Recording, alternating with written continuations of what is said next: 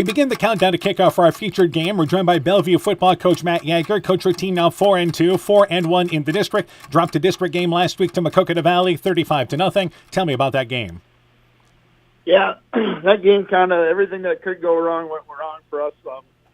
We just didn't have a great game. We didn't come out, execute stuff that we wanted to do. I think coaches wanted to do some things, and it didn't work the way we thought we were going to work. And just not a good game. It was one of those ones where, we look at it on Monday, and here's the things we need to learn from it. Let's get better, and let's get ready for this week now. So, yeah. All right, let's talk about your team offensively. Who's been contributing for you this year offensively? Kind of our running game has been ran around behind senior Jaden Baskins at number 25. He's got 117 carries on the year, 577 yards. The hard-nosed runner. He gets better as the game goes on. Another guy that's kind of a dual threat guy for us is Keenan Kilberg. We'll play him at running back and also play him as a receiver. He's got 44 receptions on the year, 536 yards. And then, Cal Boniface is our quarterback. He's a good player that way. He leads the offense that way. And then a guy that we're kind of watching, getting back finally, is Keyshawn DeShaw, who's tight end for us, excuse me. All right, let's talk about on the defensive side of the ball, who's been contributing for you? Yeah, so our offensive line, it's kind of anchored by our senior Jake Highland. He's been a solid player for us at tackle on offense, but then also linebacker as well.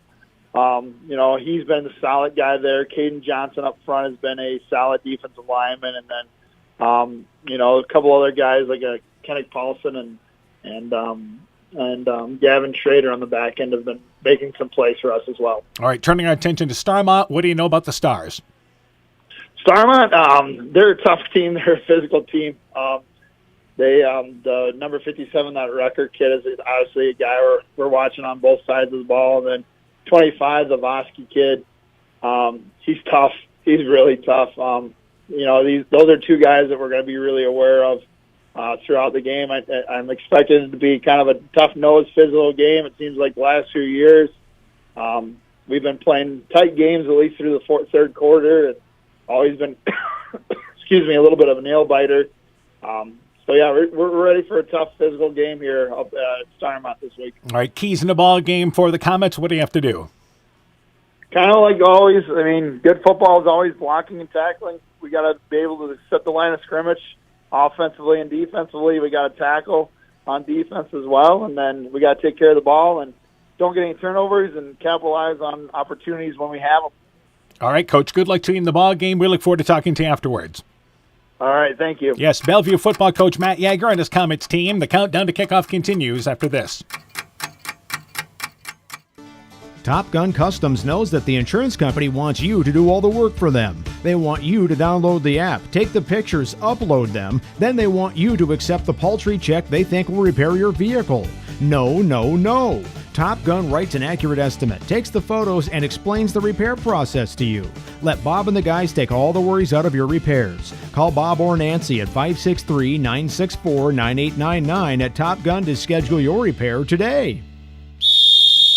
Hey, sports fans, take a time out and call Garms Financial Services. Their team of agents can show you how to save money on all your insurance needs with Grinnell Mutual. Whether you need auto, home, farm, health, crop, or business insurance, Garms Financial Services has you covered. You'll also receive quality protection, expert advice, and local friendly service. Call Brian Buchenhagen, Cheryl Wagner, Emily Bazin, or Kayla Olson today for a free competitive quote. Garms Financial Services in Elkader, your trusted choice agency. We are happy to announce we are once again performing cataract surgery right here at home. This is Jessica Jones, surgery supervisor. We welcome Dr. Cancel from Gunderson, who performs this surgery monthly at our local surgery suite and holds consultations at Gunderson Eye Clinic, Waukon. Dr. Cancel is a wonderful addition to our surgery team, and we're so happy he's here. Call us today for more information. Exceptional caring people, Veterans Memorial. The Woodland Eye Clinic in Elkader and West Union are proud sponsors of high school sports. We are committed to bringing our patients the highest level of total eye care with detailed one-on-one attention. Our offices offer the newest technology and equipment with a professional team of experienced staff that is committed to you. Call us today for your next total eye care appointment. The Woodland Eye Clinic in Elkader and West Union supports all of our local athletes taking the field or court this season. Inspiring changes to a happier, healthier you is what they do at Clayton Drug, now offering free delivery of prescriptions to the Monona area. To find out more, call 563-245-2530. Clayton Drug can help you transfer your prescriptions quickly and easily to their pharmacy. Clayton Drug is committed to helping you achieve the highest quality of life possible. Clayton Drug, connecting the communities of Elkader, Strawberry Point, and Sumner to serve all in between. Hi, this is Cody from Torkelson Motors in Elgin and Waukon. At Torkelson Motors, we believe that student involvement in activities is a great way to help grow our communities, and we are proud to help sponsor this game for your enjoyment. We've been serving Northeast Iowa since 1926 and appreciate the business that our customers have given us and the support they provide to our area schools and communities. So the next time you're in need of a new or used vehicle or a repair, stop into Torkelson Motors. We've been selling cars the old-fashioned way with a friendly smile and a handshake right here next door in Elgin and Waukon. Starmont Football is brought to you in part by Northeast Iowa Sub-Drains in Strawberry Point, Edgewood Convalescent Home and Lincolnwood Assisted Living, J&J Land Solutions in Edgewood, Elkader Chiropractic Center, Dr. Jamie Hammersland, Adverse Weather Insurance, Jim Furman of Volga, your independent crop insurance agent, Innovative Ag Services in Elkader, Monona, and Waukon, Guttenberg Municipal Hospital and Clinic. Check out career opportunities at guttenberghospital.org, and Farmers Savings Bank of Colesburg, Elkburg, Garber, Strawberry Point, and Arlington, member FDIC. We continue the countdown to kickoff for our featured game. We're joined by Starmont football coach Mike Augustine. Coach, your team shutting out Postville last week, 27-0, to improve to 4-1 in the district. Tell me about that game. It was a good, hard-fought game. Our guys came together. We had some adversity. We had some guys go down, and some young guys had to step in and play some key roles and did a good job for the team there. All right, let's talk about, first off, who contributed for you there offensively. Well, Avery started it out, had good start to running, but then he got dinged up. So Vinny McManigal did a good job in the backfield for us. Jace did a good job. The line did a great job opening holes. We were able to get things going there in the second half and first quarter and second half. So it was a little slow second quarter, but overall it was a good team win. All right, now defensively, obviously you pitched a shutout there. Who really stood out for you defensively? Our D-line did a really good job in controlling the trenches. We had a lot of good plays from them, and then our linebacking core did really well, flowing to the football. Coverage-wise, again, the team, I can't really pick out one. They all played really well as a unit there Friday night. All right, so lots of positive there. Let's get an injury update. Any positive news there? Getting some guys back this Friday night? Yeah, we'll get a couple back this Friday night. That's hopefully, as long as they keep coming through practice okay this week, which is going to be a positive. So we're moving in the right direction. All right, some positive news there as well. All right, let's talk about turning our attention now to Bellevue. What do you know about the Comets? Well, they're a well-coached football team. They definitely are going to be a challenge for us. We got to make sure we have a good week of practice and make sure we execute on Friday night.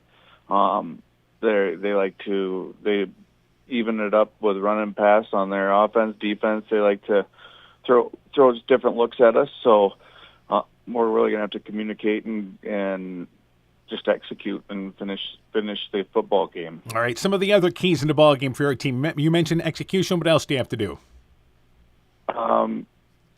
We got to win the turnover battle and control the line of scrimmage. Those things will really help it swing in our favor this week. All right, Coach, big ball game here. I know you get lined up for the next 2 weeks with big games. We look forward to talking to you after this one. Good luck. All right. You betcha. Starmont football coach Mike Augustine on his Stars program. Countdown to kickoff continues after this. At Alameda Clayton REC, we provide more than energy. We also provide ideas to help you stay safe, especially during harvest season. If your equipment contacts a power line, back away. When you can't back away, call a radio for help. If you must, jump clear of the equipment. Do not touch the ground and the equipment at the same time. Report power line hazards today. At Alameda Clayton REC, we care about keeping you safe. That's the power of human connections. Alameda Clayton REC, your Touchstone Energy Cooperative.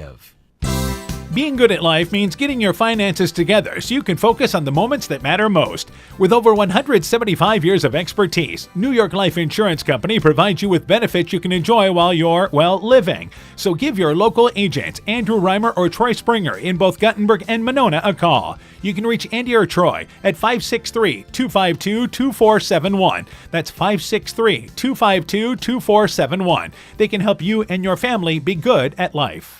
Alpine Communications believes connected communities become thriving communities. We are the local telephone company that became a 21st century communications provider. Alpine provides internet, television, cellular security, and telephone too. We promise personal, timely, reliable service from people who live here. When you choose us, we all thrive. Connect with Alpine Communications today. Click alpinecom.net or call 563-245-4000. Strawberry Building Supply offers all your building materials for residential and commercial projects. Whether you're building from the ground up, remodeling your home, or a weekend project, we have the materials you'll need. We are an authorized Milwaukee dealer for all your Milwaukee tools. Strawberry Building Supply also has everything you'll need for your pets and livestock. Stop into Strawberry Building Supply today at 413 West Mission Street, Strawberry Point, or call 563-933-4579. Mom, yeah, put that on my to-do list. There is more and more on my to-do list every day. I can hardly keep up, and I have to make sure everyone is paid. But who has time for the bills? You know who can help with that? Who? Elkader Tax and Bookkeeping. They not only do taxes, but specialize in bookkeeping services as well. Has your to-do list gotten too long? Want help? Give Elkader Tax and Bookkeeping a call at 563-245-2154. Hey, Justin Birdnow here from Birdnow Chevrolet in Monona. I want to take a moment to wish all the local athletes good luck during their game. You have worked incredibly hard and it shows during each game. Myself and the entire Birdnow Chevrolet Monona team is wishing you all that you do your best and good luck. Life is better with American Family Insurance because our agents provide specialized local expertise to help you get the right coverage at the right price. We understand that farming is at the heart of what you do, and we want to help protect what you've worked so hard for. Let's build the policy your farm deserves. Contact Julie Depke, agent at 205 South Main Street in Elkader, or call 563-245-2366. American Family Mutual Insurance Company SI and its operating companies, 6000 American Parkway, Madison, Wisconsin. Good evening, everybody. How you doing? Dan Behrens along with Coach Aaron Hammond. Welcome to Starmont, week number 7 of the high school football season.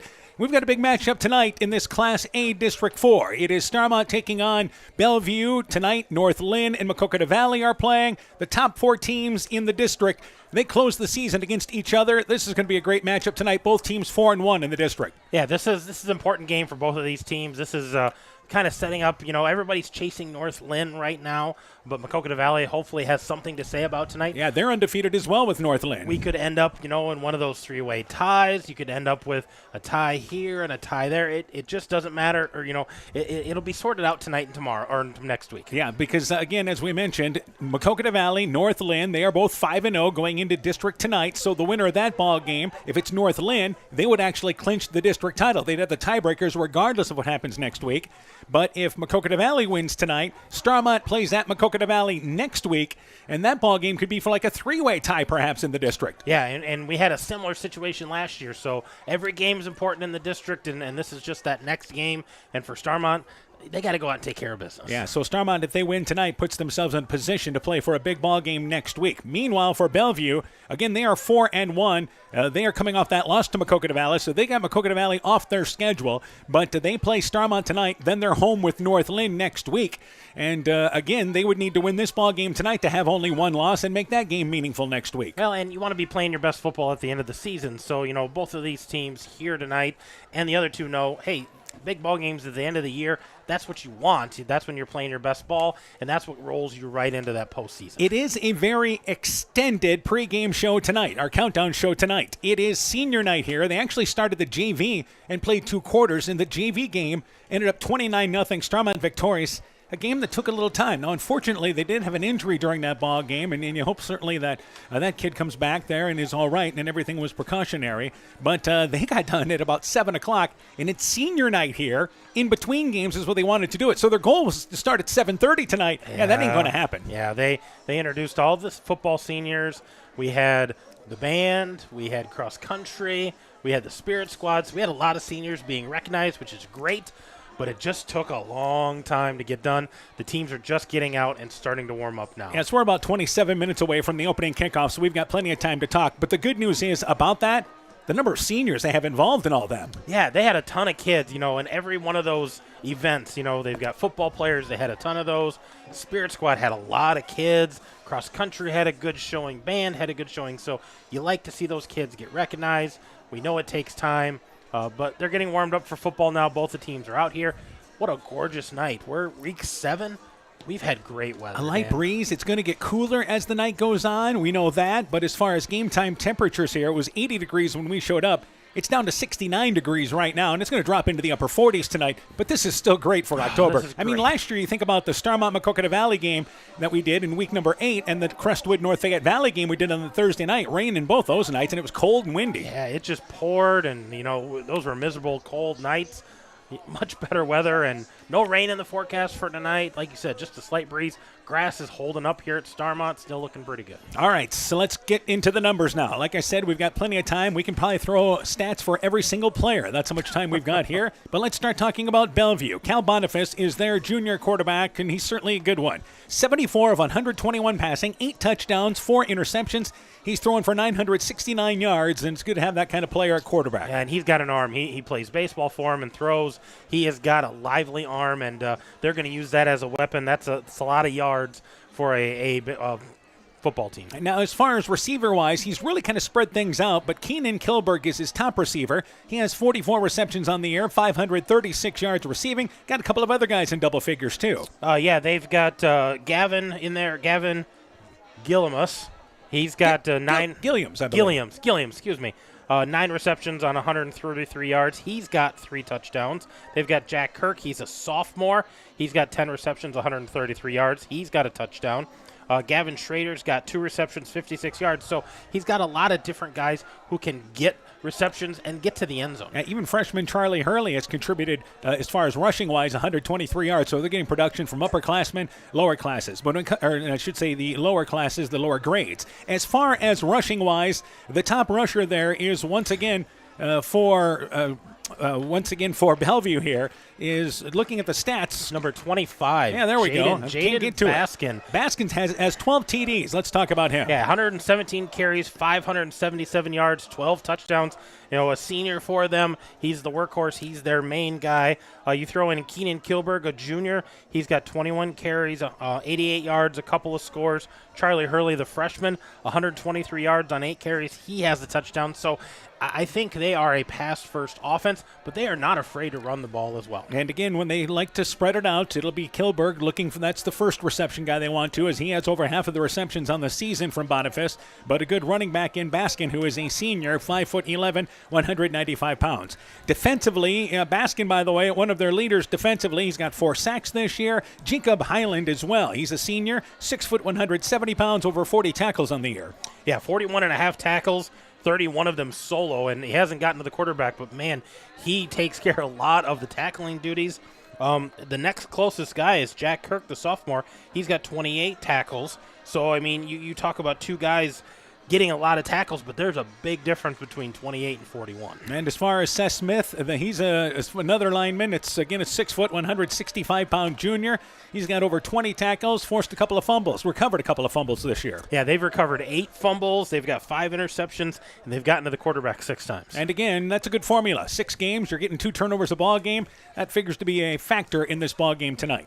So again, Bellevue comes in 4-2, 4-1 in the district. The comments there of Bellevue. Let's talk about Starmont now. And as far as offensively, this is a team that loves to run the football. They certainly pass it more than they have in recent years. But Avery Vasky is their senior running back, dinged up against Postville last week. He's back tonight, though, ready to go. He has rushed for over 600 yards this year. Yeah, over 600 yards on 70 carries, 12 touchdowns. And you look at some of the injuries that Starmont has had this year, they've just had another guy step into that running back, slot and just carry the Lions' share there, and that's what Vasky's doing. But right behind him in carries, 60 carries, 316 yards, it's Vincent McManigal. He's gotten to pay dirt 3 times as well. He's a junior, more of a big north-south type of back, I would say. Actually gives you more of a receiving threat out of the backfield. He's got 5 receptions, 2 of them for touchdowns on the season. The quarterback is Nick Wilfong. He's a senior. He's completed 20 of 47 passes, 4 touchdowns, 4 interceptions, has thrown for 337 yards. As we mentioned, this is a team that's not afraid to throw it a little bit more, but they prefer to run it. Yeah, I think they established that run, but they love pound it, and then get them sucked in if they go play action. Like you said, McManigal out of the backfield. They've got a lot of receivers. Their number 1 receiver in yards is Camden Hamlet, a sophomore. He's got 4 receptions, 150 yards, including a touchdown. Yeah, well, that's a 61-yard touchdown there. 61-yard touchdown. But McManigal has 61 yards and 2 touchdowns. Cale Schumacher, the freshman, 2 receptions, 68 yards. 4 receptions for Thomason for 43 yards. So they've got a lot of guys who are able to catch the ball and keep the defense honest. Obviously, defensively, it's a defense led by Jace Thomason in the secondary. 3 interceptions, over 24 tackles on the season.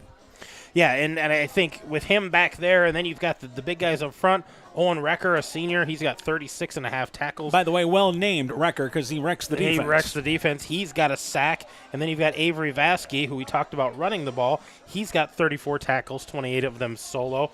And then Jace Thomason, as you mentioned, 24 tackles, 22 of them solo. So they've got a lot of weapons there. And Tristan Kruger, I can't ignore him. He's got 2.5 sacks. And they've, as a team, have 6 sacks as well. Yeah, Camden Hamlet has 3 interceptions, as we mentioned. Jack Tull has a couple of interceptions. Wrecker, by the way, actually is a wrecker on defense. He wrecks the offense is what we should say. The offense, but he has 2 fumble recoveries this year. It's a Starmont team coming off a shutout of Postville in week number 7 in a ball game in which it took them a little bit to kind of figure things out in that ball game. It didn't really take control until the second half. And, again, the good news is defensively they were lights out.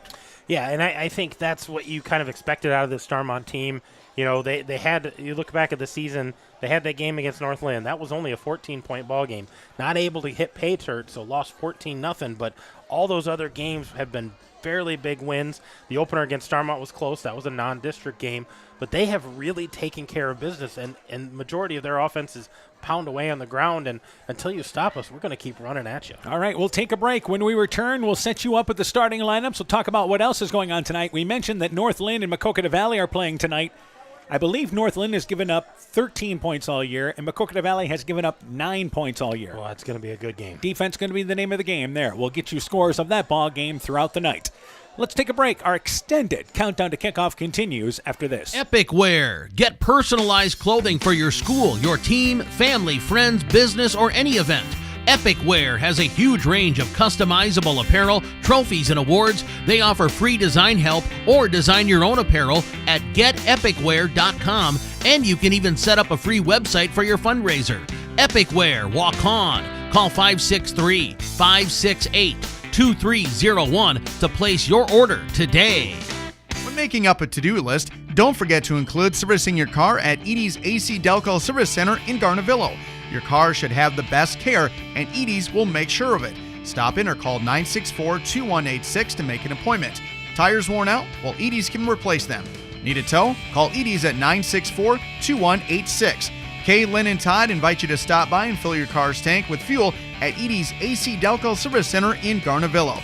Edie's open 7 a.m. Mondays through Saturdays. People's State Bank is a locally owned and managed bank with convenient locations in southwest Wisconsin and northeast Iowa. If you're looking for a place where you're more than just a number, but still have access to convenient technology and low fees, People's State Bank is it. As a community bank, they're proud to support many of the local charities, county fairs, community events, and more. When you become a part of People's State Bank, you can be confident that you're standing with a good cause. People's State Bank, member FDIC. Scooter's Coffee in Manchester offers a variety of coffees, smoothies, blenders, and breakfast food products served all day long. Scooter's Coffee offers fast and friendly service, too. In a hurry? Use the Scooter's Coffee app to order, pay, and earn rewards. Simply stop at the drive-thru window and pick up your order. Scooter's Coffee is open Monday through Saturday, 5:30 a.m. till 8 p.m. and Sunday, 6 a.m. till 8 p.m. We look forward to seeing you at Scooter's Coffee in Manchester. It's back to school time and the fall sports season is underway. Hi, this is Dr. Jessica Wilkie from Family Dentistry Associates of Monona, and I am excited to announce the addition of Dr. Chase Bruner and Dr. Daphne Hafler to our team. Dr. Bruner, Dr. Hafler, Dr. Foey, and myself are welcoming new patients as we cheer on all our area student athletes this fall. We look forward to seeing you at your next dental appointment. Family Dentistry of Monona, where health-changing smiles are created. Brought to you by locally owned and operated NEAT, proudly providing high-quality internet, television, and telephone services at the speed of light to businesses and homes in northeast Iowa. NEAT also provides computer and network services as well as business phone system sales and service. For more information, visit NEITEL.com or call 877-638-2122. NEAT, connecting you now. Northern Country Co-op and Viafield are now Nexus Cooperative, your full-service ag partner, supplying all your agronomy, energy, feed, grain, and lumber needs. Our highly knowledgeable and experienced team utilizes the latest technology in feed manufacturing, agronomy services, precision ag, plant and animal nutrition, energy products, and grain marketing to keep our customers ahead of the rest. Stop in today at any of our 26 locations across northern Iowa and southern Minnesota, or visit us online at nexus.coop. Welcome back to Starmont. Our extended countdown to kickoff continues. Again, we're going to update you on a number of games going on across the area tonight, and we have our first couple of scores in. We're the late show tonight. I think that's pretty clear. That's pretty obvious. And updates. MFL Marmac at Denver. Bulldogs lead 7-0. That's at the end of the first quarter. That game already underway there. Also, Postville is at North Cedar, scoreless at the end of one. Pirates have a 39-game streak as far as losses in a row that they'd love to end tonight. It's an improved Postville team. They don't have a win. They've been better this year, though. Yeah, and I think they're favored in that game. North Cedar's struggling this year, so we look to see how that turns out tonight. All right, so again, that is scoreless at the end of one. Also tonight, Clayton Ridge is at East Buchanan. That involves, of course, this district, Class A District 4. In 8-man tonight, Central is at Key High. Edco is at Calamus Wheatland. Edco, by the way, is already the district champ. And let's talk about the Vikings down the road here, because how do you handle this? You're not ranked in the top 10. You're undefeated. This ball game tonight means nothing in the district. You play Key High next week, which is a non-district ball game. How do you play it? I think, well, you want to be undefeated in the district. I think that's going to go a long ways for even if you're not ranked. But I think next week, just because you're not ranked, you have to go out and win that game and make sure you win it by probably 17 so that differential is there. But you're not going to gain much unless somebody else loses. And I think Edco, pending something strange happening, could go into the postseason undefeated, district champs, not ranked, and only play one home game. Right now they are 11th as far as the power index. A team above them has one loss, but otherwise there are 9 teams ahead of Edco that are undefeated in the 8-man. Now I know things will probably shake out here the next couple of weeks, but for Edco, as far as the top 10 ranking, and you get in the top 8, that's usually a good thing. You're usually set up well to get a second home game for sure. They will have to just take care of business here and hope that they move up somehow in the rankings the last couple of weeks of the season. Yeah, if they can be ranked, I think that speaks volumes, because in 8-man, they take top 3 and then a couple of wild cards that come in. But if you aren't one of those ranked teams or a top team, that second round, even though you're a champion, might be against another number 1, and you have to go on the road. Yeah, it could very well be. I mean, just depending on how things shake out there. And Edco, they're not really being helped as far as by their district. Their win against Central City, which was a great football game we did, 52-50, Edco won that ball game, and a Central City team that is certainly far better than their record. They're the 3-3 going into tonight's ball game. but it's a Central City team that has a couple of losses in the non-district to ranked teams, by the way, and they lost by 2 scores.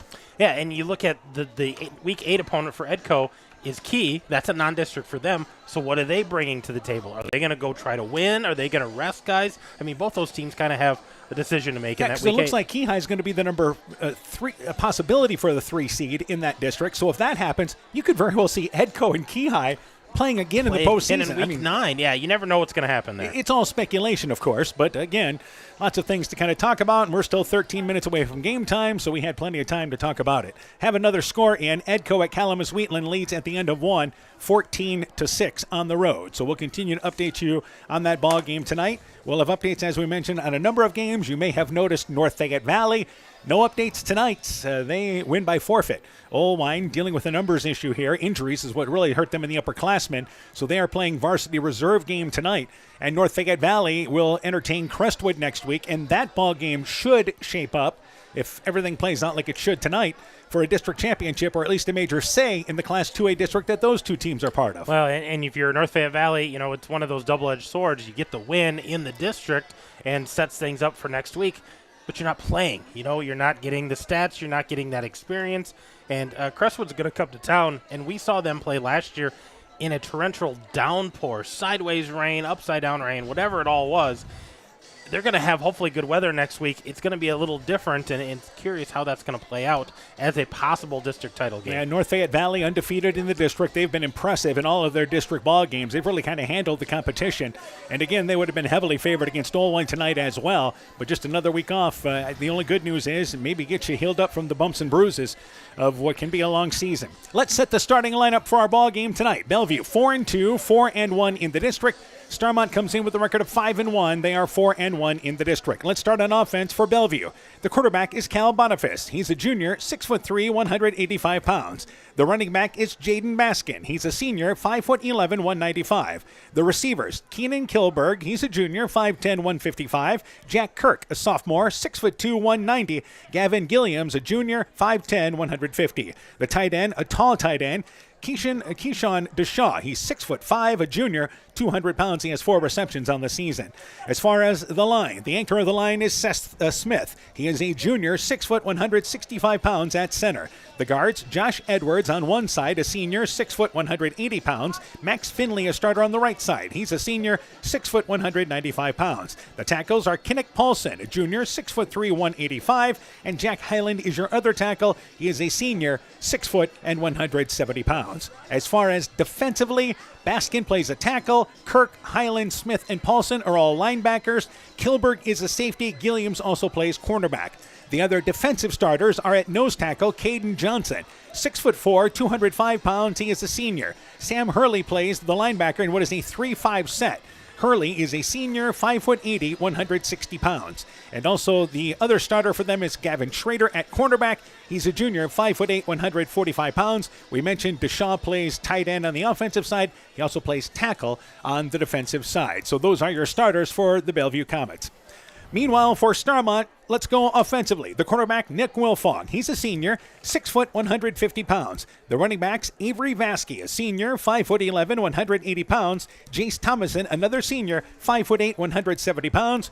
Good to have experience at those key positions in the backfield. Yeah, well, we saw them when they introduced the seniors. They had a lot of seniors, and they got a lot of those guys who have been around the block a couple of times. They know how to be physical, and they've been in tough ball games before. The tight end is Vinny McManigal. He'll see some time at running back, too. He is a junior, 5'10", 200 pounds. The wide receivers are Camden Hamlet and Dylan Popham. Hamlet is a sophomore, 5'10", 145 pounds. Popham is a sophomore, and he is 6 foot, 145 pounds. The offensive line, let's go left to right. Caden Baumgartner, the junior, 6'2", 220 pounds on the offensive line.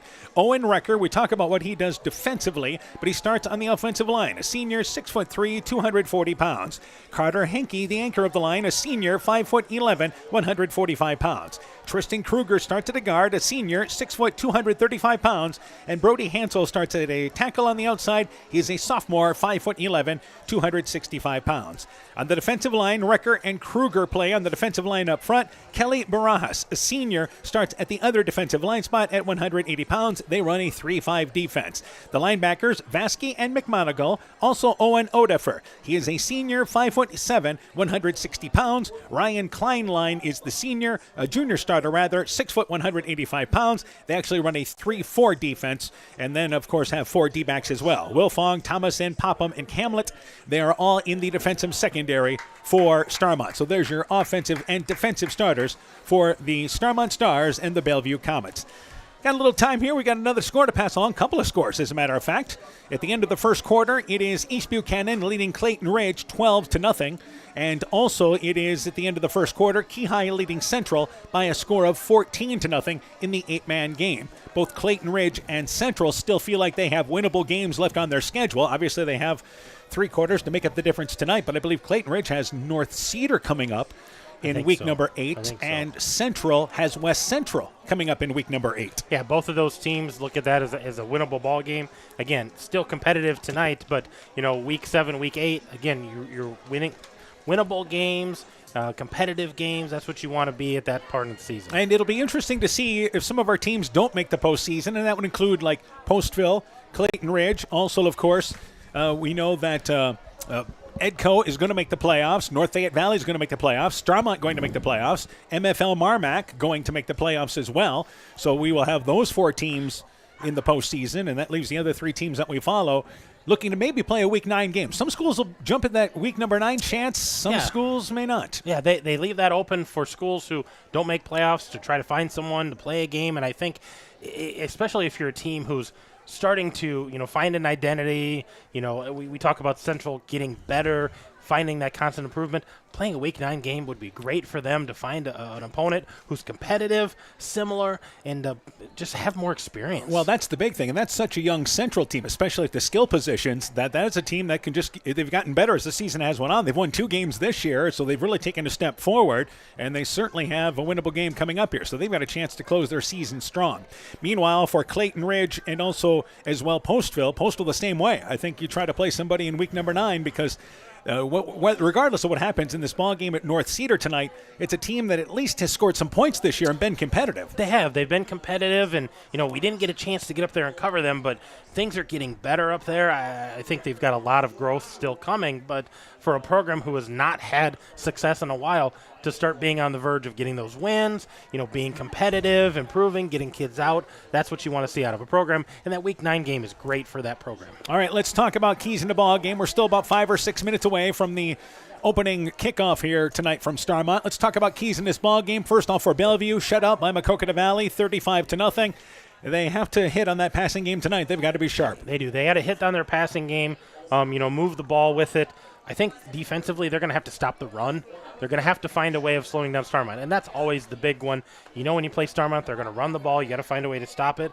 But I think for both of these teams, turnovers and controlling the ball. With Bellevue, it's controlling the ball with the passing game, moving the sticks, staying ahead of things. For Starmont, it's running the ball, keeping it on the ground, moving the sticks that way. And you heard comments from both coaches, which was about an hour ago now, by the way. But the coaches just talked about up front. This is really where and many high school football games are decided by the play up front. But in a ball game like this, can Bellevue match up with Starmont's physicality? I think that's one thing that their coach Yeager talked about. Well, and with Starmont running the ball, they're going to fire off, and they're going to try to push their defenders as far down the field as they can and open up big holes. If you're Bellevue, you got to be strong in your position because you want to give Boniface as much time as you possibly can to set up and throw that ball downfield to try to get that big play. All right, so that's how we more focused on Bellevue there. But for Starmont tonight, again, control the ground game as we talked about, but defensively, they've been good. I mean, they've been one of the top teams defensively in this district, but it's a little bit different facing the passing attack they're going to face tonight. Well, but I think the turnovers are still important because Starmont has 11 interceptions this year, and you're going up against a team who loves to throw the ball. You've got 4 defensive backs back there who like to pick off that ball. It's going to be interesting matchups, and it could come down to penalties too. Long pass interference plays, things getting a blocker downfield before that ball gets off. There's so many things that could happen with that passing game. So it'll be interesting to see how Starmont handles that side of things. All right, so those are the keys in this ball game tonight. Again, we'll have updates on North Lynn and Maquoketa Valley tonight as they're playing in that ball game tonight. Our officials for tonight's ball game, let's pass along who that is. We just saw these guys last week, or at least some of them anyway. Some of them anyway. Luther Linderbaum is our head official tonight. Dan Murphy, Jeff Niehaus, Jamie Rodenberg, and Mike Fitzgerald. We saw 3 of those guys last week. Did a nice job in the game that we did with MFL Marmac and Dyke New Hartford last week. And a game in which Dyke New Hartford looks legit in that Class 1A district they're a part of, huh? Yeah, that's a really good football team there, and the score is not indicative of how well MFL Marmac played. It just kind of reflects how good Dyke New Hartford could really be. So that district is not, I think, as competitive top to bottom as it was last year, but Dyke New Hartford is still one of the top teams in the state coming out of that district. Yeah, they're ranked in the top 5, and again, Coach Anderson for MFL Marmac said it best. That's a team that's got Dome written all over it. Just a ton of seniors. They start 10 out of their 11 seniors on both sides of the ball. They're seniors. Both sides of the ball. That's crazy. And it's obviously a special group. I guess the best way to describe it is they were MFL Marmac last year, basically. MFL Marmac had a number of seniors that were part of that team. Yeah, MFL Marmac, heavy senior laden, especially in the skilled positions last year, and that's kind of the mirror of what's going on with Dyke New Hartford. They've got all those guys back and all those guys starting. They're going to be a scary ball club, whoever runs to them in the postseason. All right, so as far as our area teams, MFL Marmac really tried to play to be the 2 seed in their district because Dyke New Hartford's got the tiebreakers on everything. And so MFL Marmac needing to win out, they play Central Springs next week at home, and that would give them the number 2 seed, which would give them a home playoff game. Yeah, they play at home at least for the first round, which I think is what they're kind of playing for there. But I think they'll keep them away from Dyke. But they're still going to have a tough road, I think, in the postseason. Yeah, when they set up the pods, it'll be interesting to see if they have to go play Regina, which would be a rematch of last year's post. Actually, they've met the last couple of years in the postseason. Yep. And so in Starmont again, trying to win this ball game to put themselves in an opportunity to at least play for possibly a top 2, maybe even a district title next week as far as who we're following there. Edco we know is going to be a number 1 seed, and we talked about all their situations there that they may be on having to hit the road in week number 2 of the football playoffs, but they're already a district champion there. And our other team that we have in the postseason, North Fayette Valley, and they control their destiny to win a district title. Yeah, all those teams playing for district titles, playing for a first round at home, if not 2 rounds if they can. But this is an interesting one because of how it could shake out. We could have that 3-way tie. We could have a team that steps up. North Lynn's kind of controlling their destiny. Maquoketa Valley has a lot to say about that in tonight's game. And that Starmont and Maquoketa Valley game next week could be a really big ball game for both of those teams. And again, we'll get you a North Lynn Maquoketa Valley score as soon as we can here tonight. So we're ready to go here. Well, a couple of minutes away. They have to do the national anthem. We'll get to that. But when we return, opening action here from week number 7. We've certainly killed enough time. You've been listening to an extended countdown to kickoff on KCTN FM 100. Edgewood Auto and Towing is an automotive repair shop, tire dealer, and 24/7 towing service, featuring mobile tire repair service to get you back up and going either on your farm or on the road. They also offer full service work on all autos and semis. Check out their current tire rebates by calling 563-928-7333 or stopping in to Edgewood Auto and Towing for complete terms and conditions. Everyone at Edgewood Auto and Towing would like to wish all the area farmers a safe harvest season. Stronger, farther, faster. It all starts with good nutrition. Clayton County Farm Bureau is proud of our livestock farmers who provide high-quality protein needed to fuel our young athletes. The ultimate pre- and post-game fuel-up can be found in meat and dairy foods grown right here. Meat and dairy are natural sources of essential vitamins that support health, energy, and performance. We know our student athletes are the real deal, and Iowa's livestock farmers are committed to helping them reach their goals. To learn more, visit realfarmersrealfoodrealmeat.com. For generations, local farmers have trusted Freedom Bank to provide the financial backing they need to succeed.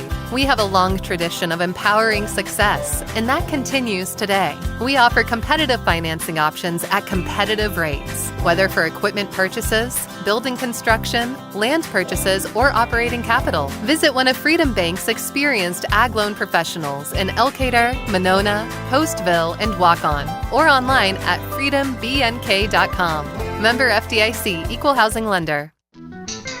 This is Chris Holbert, General Manager of Hall Robertson Incorporated in Postville. We would like to wish the area student athletes both a safe and successful sports season. We have been a community-based company since 1864, servicing and supporting the area ag industry with products necessary for daily success. We look forward to continuing to serve and support both the ag industry and high school athletes in our surrounding communities. Thank you and good luck from the families at Hall Robertson. When I started out in the car business, my dad gave me some good advice. Hi, it's Forrest Brown with the Brown's family of dealerships. What my dad told me is when you sell someone their first car, you need a good sales department. But if you expect to sell them their second, third, and fourth car, you better have a great service department. Visit any one of the Brown's family of dealerships in Guttenberg, Elkader, West Branch, or Victory Ford in Dyersville and find out why Brown's is your hometown dealer, no matter where your hometown may be. Hey sports fans, take a time out and call Garms Financial Services. Their team of agents can show you how to save money on all your insurance needs with Grinnell Mutual. Whether you need auto, home, farm, health, crop, or business insurance, Garms Financial Services has you covered. You'll also receive quality protection, expert advice, and local friendly service. Call Brian Buchenhagen, Cheryl Wagner, Emily Bazin, or Kayla Olson today for a free competitive quote. Garms Financial Services in Elkader, your trusted choice agency. Welcome back here. They finished the national anthem. Still about a minute or two away from the starting lineup. They put 20 minutes back on the clock, and I don't know I if hope that's not the plan. we've already killed a half hour here on our countdown to kickoff show tonight. Once again, we expect to give you a Northland Maquoketa Valley score, as we mentioned earlier. Great crowd on hand for this ball game tonight. Bellevue, it's a long haul for Bellevue. Good thing it's a Friday night. Going to be a long haul back home, too. But they brought a nice following on the far side, and Starmont, obviously, it is senior night, and they've got a great crowd on hand for this ball game tonight. The halftime guest tonight will be Charlie Grumman, Starmont West Central Cross Country. We'll talk about there. He'll be our halftime guest tonight. We'll talk about the girls and boys programs, get you updated on that. Starmont, of course, has one of the top runners in Class 1A for the girls in Lauren Krogman. And we'll talk about the individuals, and that's coming up as our halftime guest tonight here on KCTN FM 100. Game time temperature, as we mentioned, it's upper 60s. Beautiful night for football here. Starmont, their black bottoms and top. They have the black helmets, Starmont logo, the star and the S on one side. And it is, again, solid colors on the other and solid black. Meanwhile, for Bellevue Marquette, blue bottoms, white tops. They have Bellevue across there in blue. And once again, they have the white helmets with the Comet logo on the side of their helmet. BC Comet logo on the one side, and I think it's white on the other, so just one side of that. That must be the thing now. Just put a logo on one side and leave the other side blank. Put your performance stickers over there for tackles and touchdowns. Yeah, and any special play. And Starmont, that's what they have as we look down the sideline here. And again, the more decorated that side of the helmet is, the more it means you've been involved in a lot of plays. So we are going to get to the coin flip here. I don't think we did the ceremonial flip earlier. The officials wanted to do it, but Starmont had already had to the sideline. Yeah, they had went in, so I think this is the official coin flip, not the ceremonial coin flip. So people don't realize that. I don't think that there's a coin flip that's done well before they actually do the game flip at the field. This is all for show usually. Yeah, usually this is all for show, but I think this is legit right here. Normally the flip is done. They've already determined who's going which way, who's got the ball. All that's done. This one's actually going to happen here. So they're going to have to flip the coin, figure out which way they want to go. We got to figure all this out. Good crew here is going to get this going and get us going quickly. What makes you wonder, why do we do that? I don't know. I mean, I can see doing the flip right before the ball game or whatever, or if you're going to do it one or the other. You don't have to do it both. And I think the bigger schools, because they all go in, they go into the locker rooms and aren't out for the national anthem normally. So I think theirs is done, just they come out late or whatever it might be. But I don't know why the small schools do it, because they're out here the whole time. Yep. So the coin flip being done at, once again, center 50-yard line, center of the field, and Luther Linderbaum having a lengthy discussion that, again, was supposed to take place about 10 minutes or 12 minutes on the clock, having that conversation now. So we are just getting ready to tip off here, or kickoff, I should say, on KCTN FM 100, and it is Bellevue winning the toss, and Bellevue wants the football. So the Comets will receive to start out this ball game tonight.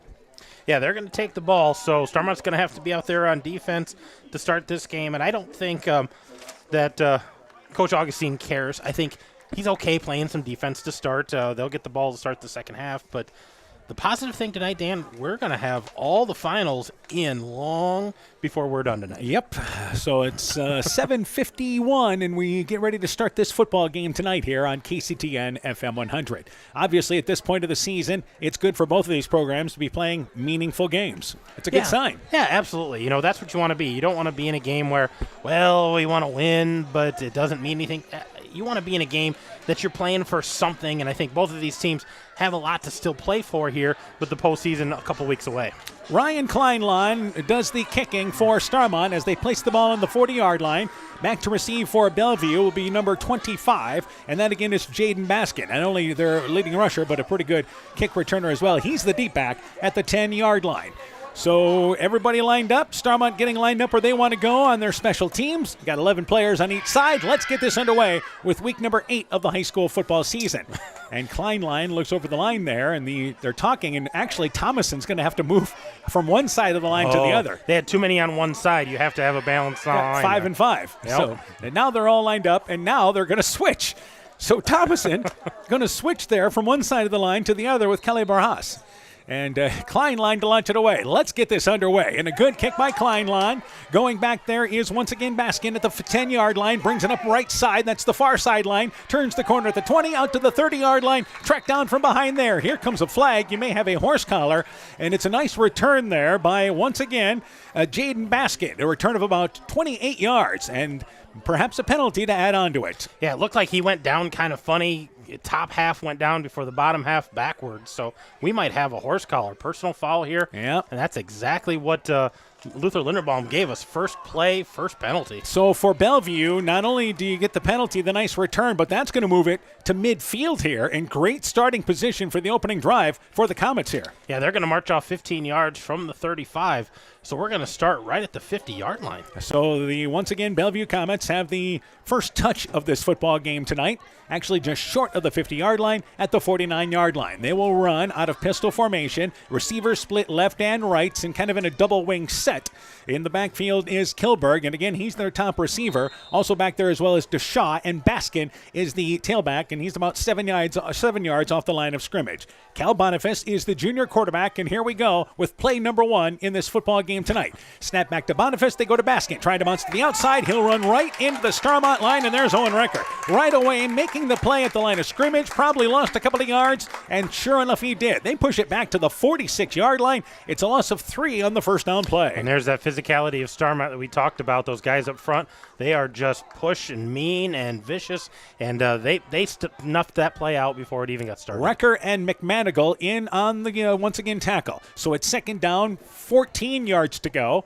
And again, Bellevue will look to the sideline for the play. They do not huddle. Everybody's up to the line of scrimmage. Boniface gets the call in from the sideline. Then they get everybody lined up. So here's your second down play. Back to Boniface. Swing pass. Right side. It's a backwards lateral to Kilberg. He gets to the corner. Far sideline. Inside Starmont territory. Inside the 45-yard line. Tackled down in front of the Bellevue sideline. Nice sweep to the right side on the pitch. And a good chunk of yardage, getting 10 yards on that second down play. Yeah, they were behind the sticks there, 2nd and 15, and that was a pickup of great yardage there. They're going to be third and about 4 yards. Yeah, here. Manageable situation for them. Third down, 4 yards to go. They operate from the right hash mark in Starmont territory.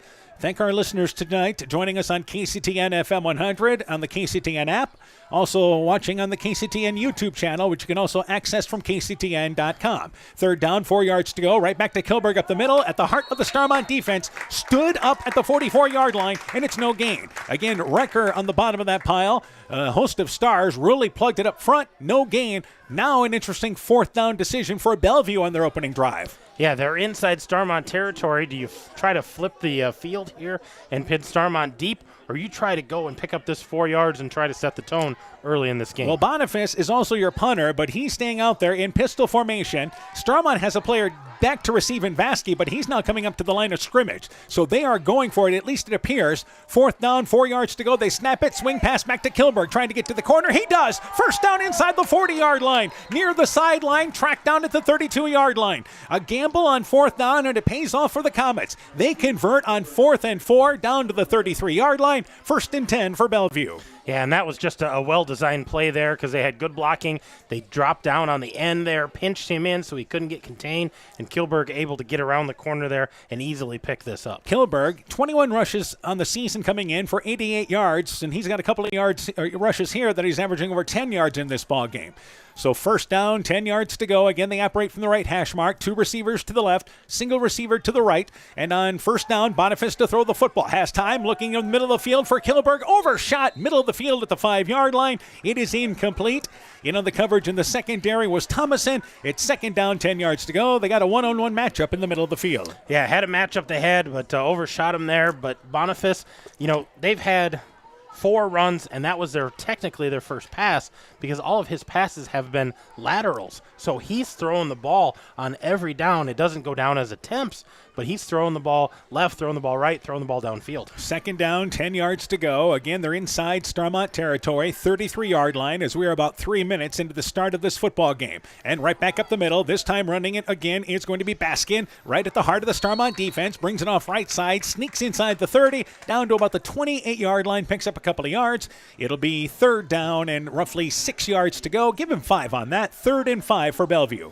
Yeah, that was just a hard run right up the gut and able to get past that first wave of tacklers. Going to force the linebackers to do a little more work for the Stars tonight. 2 receivers to the left, a receiver to the right. Keep an eye on Kilberg. He's in the slot on the left side. So Baskin is in the deep back there, and Boniface, of course, is the quarterback out of pistol. Third down, 5 yards to go. They send it back in motion, and Kilberg to throw the football. Left side, that pass intended for his tight end. Deshaw overshot. He was open at the 20-yard line, and the 6'5" Deshaw tried to go up and catch it off his hands. It's incomplete. 4th down now for Bellevue. Yeah, Deshaw went in motion right to left, and he just did about 3-4 yards, kind of turned and sat in the middle of the linebackers, and that pass was high, and it was coming hot. He wasn't able to get a hand on it. So the second 4th down on this opening tour here for Bellevue. And 4th down and 5 yards to go at the 28-yard line. No receiver lined up to the left. Short side of the field, they have a receiver lined up to the right. So on 4th down, 5 yards to go. Kilberg here again as a receiver. They look over the middle, and that pass is intercepted. It's intercepted by Starmont, and it is Dylan Popham. Popham intercepts it, middle of the field at the 10-yard line, returns it to the 14-yard line and tackled there.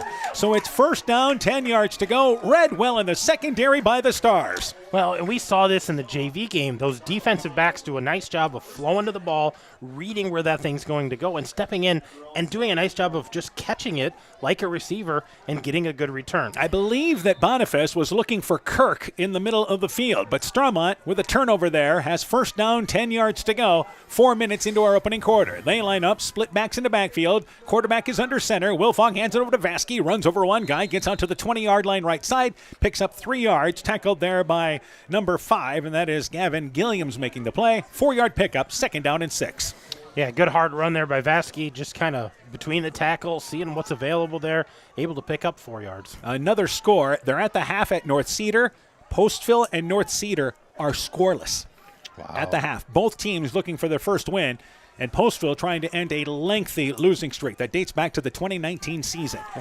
So second down, 7 yards to go. Receiver split left and right. Wilfong is going to throw the football. He's looking long, and that pass is intended for number 12, and diving for it there is Baker. It is out of his reach. Incomplete. Correction. It was number, I believe, 19 and Hamlet. Overshot on the left hash mark at the 40-yard line. They had one-on-one coverage. Had a step on his defender, but overthrown. It's 3rd and 7. And that was a beautifully thrown ball by Wilfong. Got a lot of air under it. A nice tight spiral. Just a little bit over Hamlet, not able to catch up to that ball, but if he could have, they had some green in front of him. He had some space. Yeah, Hamlet, Quickster, is 5'10", 145 pounds, and a sophomore, but plenty speed on there. Third down, 7 yards to go. Toss play, right side. Vasky trying to get to the corner. 20-yard line, 25-yard line. Runs over a defender at the 30-yard line. Has first down. Finally pushed out of bounds at the 32-yard line. They'll keep the clock moving, saying he came down in bounds. But Vasky bouncing through to the right side. That's the near side of the field. On 3rd and 7, picks up at least 8. Oh, yeah, he picked up about 12 or 13 on that. That was a great hard run to get that ball, out of 3rd and long there and get it more manageable here, picking up the first down. Vasky trying to stiff arm everybody, bringing it through the right side. So first down, 10 yards to go at their own 33-yard line after the North Cedar interception. Starmont with 2 receivers to the left, a receiver to the right. They continue again with split backs in the backfield. And on 1st and 10, they run the football, and actually Wilfong's going to boot it out to the left side on the option. Turns the corner, 40-yard line, tackled at the 42-yard line, picks up 7 yards on 1st down to that wide side of the field. He was tracked down there by Kilberg in the secondary from Bellevue, but a good run on the quarterback keeper the left side. And Wilfong's quick enough, but he's only got about 55 yards on the year on 30 carries. But as a quarterback, every time you take a sack, you take those yards back. But that was a great run by Wilfong, able to tuck it and get about 9 yards. Yep, they're going to give him 9 on that. So it's 2nd down and 1. Starmont brings in the plays from the sideline with the receivers. This time it is Hamlet running it inbounds. So 2nd down, short situation for the Stars as they operate from the left hash mark. And right back to Vasky. Vasky up the middle, 45-yard line, leans ahead to midfield, and it's a 1st down for Starmont. 6-yard gain up the middle, and Kilberg again in on the tackle for the Comets of Bellevue. Yeah, they're gonna be busy in that linebacker and that secondary because Vasky's being quick enough and Wilfong's been quick enough to get past those down linemen and into the linebacking area, that B gap, and they're gonna have to tackle because he's a hard runner. And by the way, Vasky is a senior, 5'11", 180 pounds. So he is built like a Starmont running back. All the runners they've had through the years. Absolutely. Hard-nosed, smart with the ball. 1st down, 10 yards to go, right at midfield. And this time it's a counterplay back to Vasky. Vasky hit at the line, but able to lean ahead to close to the 45-yard line. Tackled there by number 74.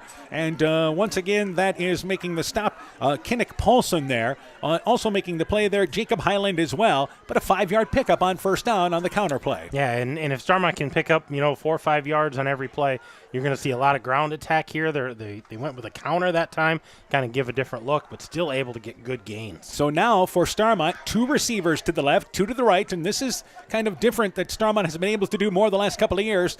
Throw the football out of pistol. Wilfong drives right side. The pass is caught. Sideline area, completed to number 35, and that is McManigal. McManigal, 1st down inside the 35-yard line, tackled down to the 32-yard line. He's tackled there by Gilliams, but again, another 1st down for the Stars as they rolled out to the short side of the field. Yeah, and they picked up a pretty good chunk, and they stayed in bounds here, so they're going to keep the clock running here. They got it down to about the 32-yard line. We're inside 5 minutes left in the opening quarter. This is the first touch for the Stars. They're operating from the right hash mark here. That's the near side. And again, back to the spread formation. You don't say spread and Starmont football a lot. They don't really go together. 1st down, 10 yards to go. This time they run it out of it. It is Vasky. Vasky up the middle, inside the 25-yard line, lowers the shoulder, dragging a defender with him, gets down to the 20-yard line before finally taken down. So Vasky picked up the last 5 or 6 yards there with a Bellevue Comet hanging on. But it's 1st down, 10 yards to go, or very near 1st down there on Vasky in a power run. Yeah, I think they're going to give him this 1st down. They're going to move the chains because they were on the 32 and they're down to the 21. So this should definitely be a 1st down. Our chain gang is caught on the far sideline, and now they've been able to move. But it's 1st down, 10 yards to go to the 21-yard line. And Bellevue, this is a concern because Vasky running right at you right now. He is. He's coming right down Highway 1 and running right into those linebackers. 1st down, 10 yards to go. They continue out of pistol formation. Wilfong to throw the football again. Right side stepped up, and he's going to be dropped for a loss. A host of Comets converge at the 30-yard line. 4 Bellevue players closed in. Among them, number 74, Paulson. Also there as well was number 72 and Edwards. A couple of more players in there, and Bellevue's defense records a huge sack, and it's a loss of 10 yards. Yeah, that's going to go down as a huge loss, and Wilfong had nowhere to escape from. Couldn't step up because there was pressure there. Couldn't step either side because there was a guy on either side. As you said, there was about 4 defenders all there at the same time. So Bellevue's defense trying to clamp down as the Stars down to the 30-yard line, but started at the 20-yard line just outside the red zone on this series. 2nd down, 20 yards to go. Wilfong back to Vasky. Right side hit at the line of scrimmage, but lowers the shoulder, able to get ahead for a yard or 2.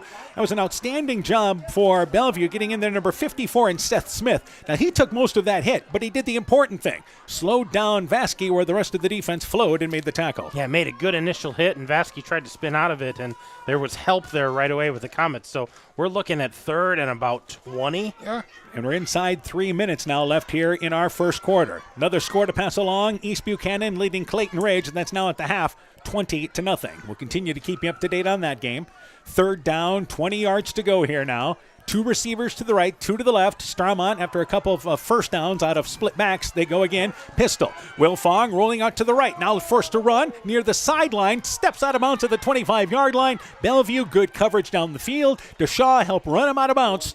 It's a pickup of about 5 or 6 yards. It's 4th down for Starmont, and it's going to be 4th down and roughly about 14 yards to go. Yeah, that was, he had to tuck that in because well defended in the secondary for the Bellevue Comets, and he's going to pick up about 4 or 5 yards on this, so we're still looking 4th and 15 here. So 4th down for Starmont. They're in no man's land here. You're going to go for it. It's 4th down, 16 yards to go. Remember, not quite as deep kicker-wise this year. Now, Kleinline's been certainly very good as far as kicking on PATs this year, along with Hansel. Meanwhile, 4th down. They go under center, split backs into backfield. Wilfong out of play action to throw the football, looking left side. He's looking for Hamlet. That ball goes up. Hamlet goes up, catches it. Touchdown, got it on the far side of the end zone. Flipped up on 4th and 14. A deep throw there by Wilfong. Hamlet makes the play in the end zone, and the Stars strike first on 4th down. Yeah, that was a well-thrown pass, and he had 2 defenders over there, one that was kind of underneath and one over the top, and that pass just kind of drifted him towards the sideline, and he just came back to the ball. The defenders never turned, and a great catch, good concentration by Hamlet. On 4th and 14, they convert, and what ends up being a pass play that goes 24 yards. So trying to add the PAT will be Kleinline. The Comets defense forced him into a 4th and long, and pretty good coverage on that, but Starmont makes the play. And by the way, Starmont now has an extra player on the field, and Dylan Popham raced off the field, but that makes it an illegal substitution, basically. They had 12 players as they huddled, and it will be, once again, a PAT try, which is going to be a little further here. Yeah, they're going to have to reset this because they had 12 guys in the huddle, and they lined up. The 12th guy realized, I'm the odd man out, and he came off. But you can't do that once you've broken the huddle. So now the PAT tried a little further away as the ball is now spotted at the 8-yard line. So Kleinline will have to hit this one from 25 yards away. Kleinline 7 of 10 on PATs this season. So here is your PAT attempt. The spot is down. The kick is up by Kleinline. It's high enough. It's long enough. Put it on the board. 2:32 left in the opening act. Starmont strikes first. They lead 7-0. Let's take this time out. Top Gun Customs knows you can fill the deer tag well out of season. If you've tagged that prize buck, pull up to the stoplight at Top Gun in Garnavillo. That's it. Bob and his technicians have been repairing vehicles for over 45 years. We write the estimates, take the photos, and deal with the insurance company for you to ensure your vehicle is repaired quickly and, most importantly, safely. We also have free loaners or rental vehicles. Call Bob or Nancy at Top Gun to schedule your repair today. 563-964-9899. The Woodland Eye Clinic in Elkader and West Union are proud sponsors of high school sports. We are committed to bringing our patients the highest level of total eye care with detailed one-on-one attention. Our offices offer the newest technology and equipment with a professional team of experienced staff that is committed to you. Call us today for your next total eye care appointment. The Woodland Eye Clinic in Elkader and West Union supports all of our local athletes taking the field or court this season. For Starmont, it's officially 26 yards is the touchdown pass. Wilfong hooking up with Hamlet. For Hamlet this season, by the way, that is his second touchdown catch of the season. And it's now 7-0 after the PAT by Kleinline. Hey, he's got a lot of yards, but only his second tutty there. And Kleinline to launch it away from the 40-yard line. So Bellevue forced him into a 4th down and long situation, and they converted. So Kleinline launches it away, and this kick towards the middle of the field now. And this time it's going to be Kilberg who lets it roll past to the 15-yard line, finally gets to it. He'll try to bring it to the wide side of the field. That's the far side. Cuts back at the 15-yard line, runs all that distance, and can't get to the corner. He's going to be stopped at the 15-yard line. Only a return of about 3 yards. Try to take it to the wide side of the field, but it ends up a nice kick by Kleinline as it got by Kilberg and bounced for a while. Yeah, it bounced all the way down to the 10, and by the time he picked it up, it went to the far side of the field. Great pursuit by the Stars, able to pin them deep on their own 15-yard line. So Bellevue's second possession of the ball here. They had the opening drive, got inside Starmont territory, but threw an interception on 4th down. First down, 10 yards to go here. Couple of more scores. MFL Marmac leads Denver at the half, 28-0, and Edco leads at the half at Calamus-Wheatland, 54-20.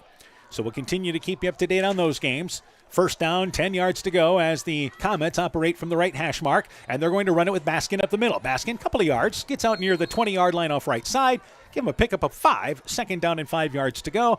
And that's what the Comets would love to do, establish Baskin getting some positive yardage to open up the passing game. Yeah, if they could get some kind of ground game here consistently, picking up those 4 or 5 yards, that opens up Boniface to throw the ball downfield, give them more time, give them that one-on-one coverage. 2 minutes left in the opening act. So receiver split left and right again for Bellevue. They run to that heavy backfield, and Boniface, after getting the play from the sideline, ready to go here with, again, Baskin behind him. And they're going to run it with Baskin, almost the same play. Up the middle, he's out near the 25-yard line. Looks to me like he's got first down. So tough running by Baskin up the middle, and that'll move the chains. 6-yard pickup by Baskin. Yeah, just another hard run right up between the tackles there, and Bellevue must have seen something that they want to try to exploit there, because that was 2 back-to-back 5-yard gains by Baskin. So now a situation of a fresh set of downs for, once again, Bellevue. So they operate from the middle of the field, actually the right hash mark back over there. And here is your play on first down and 10 yards to go. Boniface gets the snap, and a high snap, but he's able to hang on to it, reached up with the right hand. He's going to boot it right side, maybe a yard on that far side of the field. That kind of disrupted it. The high snap to the right side. Boniface could not come with it cleanly, and a good job by Starmont stretching that play out on the left side. Vasky, the linebacker in that area, no gain, 2nd and 10. Yeah, that was a high snap to his right, and all of his running backs were doing something to the left. So he just kind of went with it, hoping to get back to the line of scrimmage, and that's all he did. And it was a straight quarterback boot to the right side that time as they tried to get the defense leaning to the left. But instead, no gain. 2nd down, 10 yards to go. And again, Boniface with that play sheet that is on his left wrist. 2nd down, 10 yards to go. And here is your play, and Boniface to throw the football again. Looking over the middle, that pass caught by Kilberg in the flat area on the far sideline, 30-yard line. He's able to scoot ahead near first down yardage at the 35-yard line. And here comes a flag that may be a late hit on the end of that play. Yeah, I think the side judge over there was trying to get the play marked and didn't realize that continued outside of the field of play there, so that flag's probably going to tack another 15 on. Just a little out to the right side, but Kilberg, as we mentioned, 44 receptions for 536 yards. He is by far the favorite target for Boniface, and that's a matchup concern for Starmont. It is, because he's got quickness and he's got good hands on him. He's able to run hard, and but that snap was high again to Boniface. We got to keep an eye on that. That was high and to the right once again. The penalty will move it to midfield, so that's where Bellevue started their last drive at midfield. The penalty there pushes them out to midfield with about 1:10 left here in our first quarter. So Bellevue trailing 7-0. Receivers split left and right as they operate continuously here from the right hash mark back to up the middle. And it is again Baskin. Baskin, good run up the middle. Inside the 45-yard line. Ahead to the 42-yard line. And an 8-yard pickup on a determined run there by Baskin. Yeah, Baskin's running really hard, doing a nice job up front right now. And they're going to keep feeding him if he can run like that tonight. 8-yard pickup. 2nd down, 2 yards to go. Receiver split to the right, 2 receivers to the left. And again, you always want to know where Kilberg's at, and he's in the slot as they continue to operate out of shotgun formation here. And this could conceivably be our final play of the quarter. Could be, as we're down to 30 seconds here in this first quarter. 2nd down, 2 yards to go. Short situation. Back to Boniface, and he's going to throw the football on 2nd and short. He's got long. He's got time. He's looking for Kilberg. Kilberg dives for it down to the 22-yard line and makes a spectacular play. Covered by Thomason. The ball underthrown, but Kilberg busted back towards the near sideline and makes a diving catch for first down yardage. Yeah, that's going to go down about 18 yards, but that was a long pass by Boniface off of his back foot. He didn't even step into that. He just kind of armed that. And it ended up being a double pump by the quarterback Boniface. He was looking short to begin with and then went long. So Bellevue up to the line of scrimmage. Clock picks up, 15 seconds to go. Again, the play clock's at 30, so if they want, they can let it run down. And Boniface looks to me like he's content to let the play clock run down here, the game clock run down. And that's how our first quarter will come to an end. Bellevue driving, but Starmont leads 7-0. You're listening to high school football from KCTN Sports. Hi, this is Tara Fink, psychiatric mental health nurse practitioner. Helping people bottom line is the biggest reason I chose a career in mental health. During my own struggles, it was difficult to find good support in this area. Therefore, I vowed to come back home to help meet the great need for mental health care in Northeast Iowa. I'm available for consultations at both the Walk-On and Postville Clinic locations, offering assessment, diagnosis, and medication management for all mental illnesses. Exceptional caring people, Veterans Memorial. Starmont Football is brought to you in part by Pam Vasky with Smith Insurance, EFM Construction, Revival's Furniture Company, T&K Cahoon, your Napa dealer in Monona, St. Olaf Ag Sales and Service, Grow Logs and Lumber in Elkader, Timber is a Crop, Harvest wisely, Dean Family Chiropractic in Claremont, Meyer Collision and Service Center in Guttenberg and Elkader, LTI & Sons Water Conditioning, your Connecticut dealer in Postville, TJ's Pizza in Monona and Claremont, and by Clayton County Recycling of Monona. First down, 10 yards to go for Bellevue as we begin the second quarter. They are down to the 24-yard line after an 18-yard pass play from Boniface and Kilberg. So on this first play of the second quarter, we'll get to in just a second. Let's update you on a score. At the half, Keyhigh leads Central 30-0. That is the final district game for Keyhigh. And actually for Central, it's the final district game. Correction, they have West Central next week. They're in the same district. Central, yeah. Yep. So it is 30-0. Keyhigh leads Central at the half. Still hope to give you a Bellevue, or rather a score from North Lynn and Maquoketa Valley. Yeah, we're waiting on that. They've got to be close to half, I would think, with the 7 o'clock start. I would think so. So first down, 10 yards to go. The officials stopping play for just a second. We want to make sure everybody's set, ready to go. Had some problem with the chain gang earlier with a chain that was kind of caught. Well, they had 10 on the clock instead of 12 on the clock. So all right. And also we had an equipment issue there. So first down for Bellevue. They operate from the left hash mark, now going from left to right as we begin the second quarter. And right back to Baskin. Baskin hit at the line of scrimmage and maybe a yard. McManigal does a nice job with a bear hug inside the 25, 24-yard line. Give him a yard. And actually that was Recker with the bear hug. McManigal was the first one back there. Second down, 9. Give him forward progress of a half a yard. And that time it was Kilberg in the backfield. That's who got the handoff there. The lead blocker was Baskin.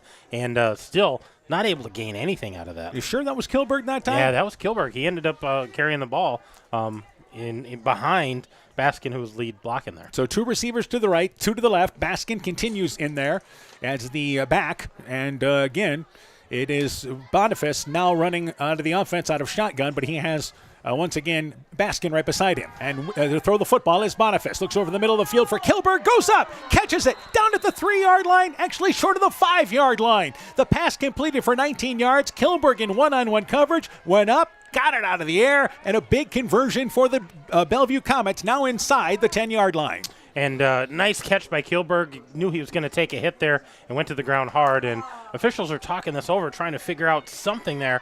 I think that was clean all the way around. And they actually mark it back at the 8-yard line is where they put it. So it's first and goal for Bellevue. Kilberg with the second big catch on this drive. Yeah, 16-yard catch there. Gets them inside the 10 here. They're inside the red zone. So again, in the middle of the field, those are they operate from. And Baskin is the deep back, and he's going to get the handoff up the middle. Baskin lowers the shoulder inside the 5. He'll bring it to the 4. Tackled by Kleinlein among the stars in that area.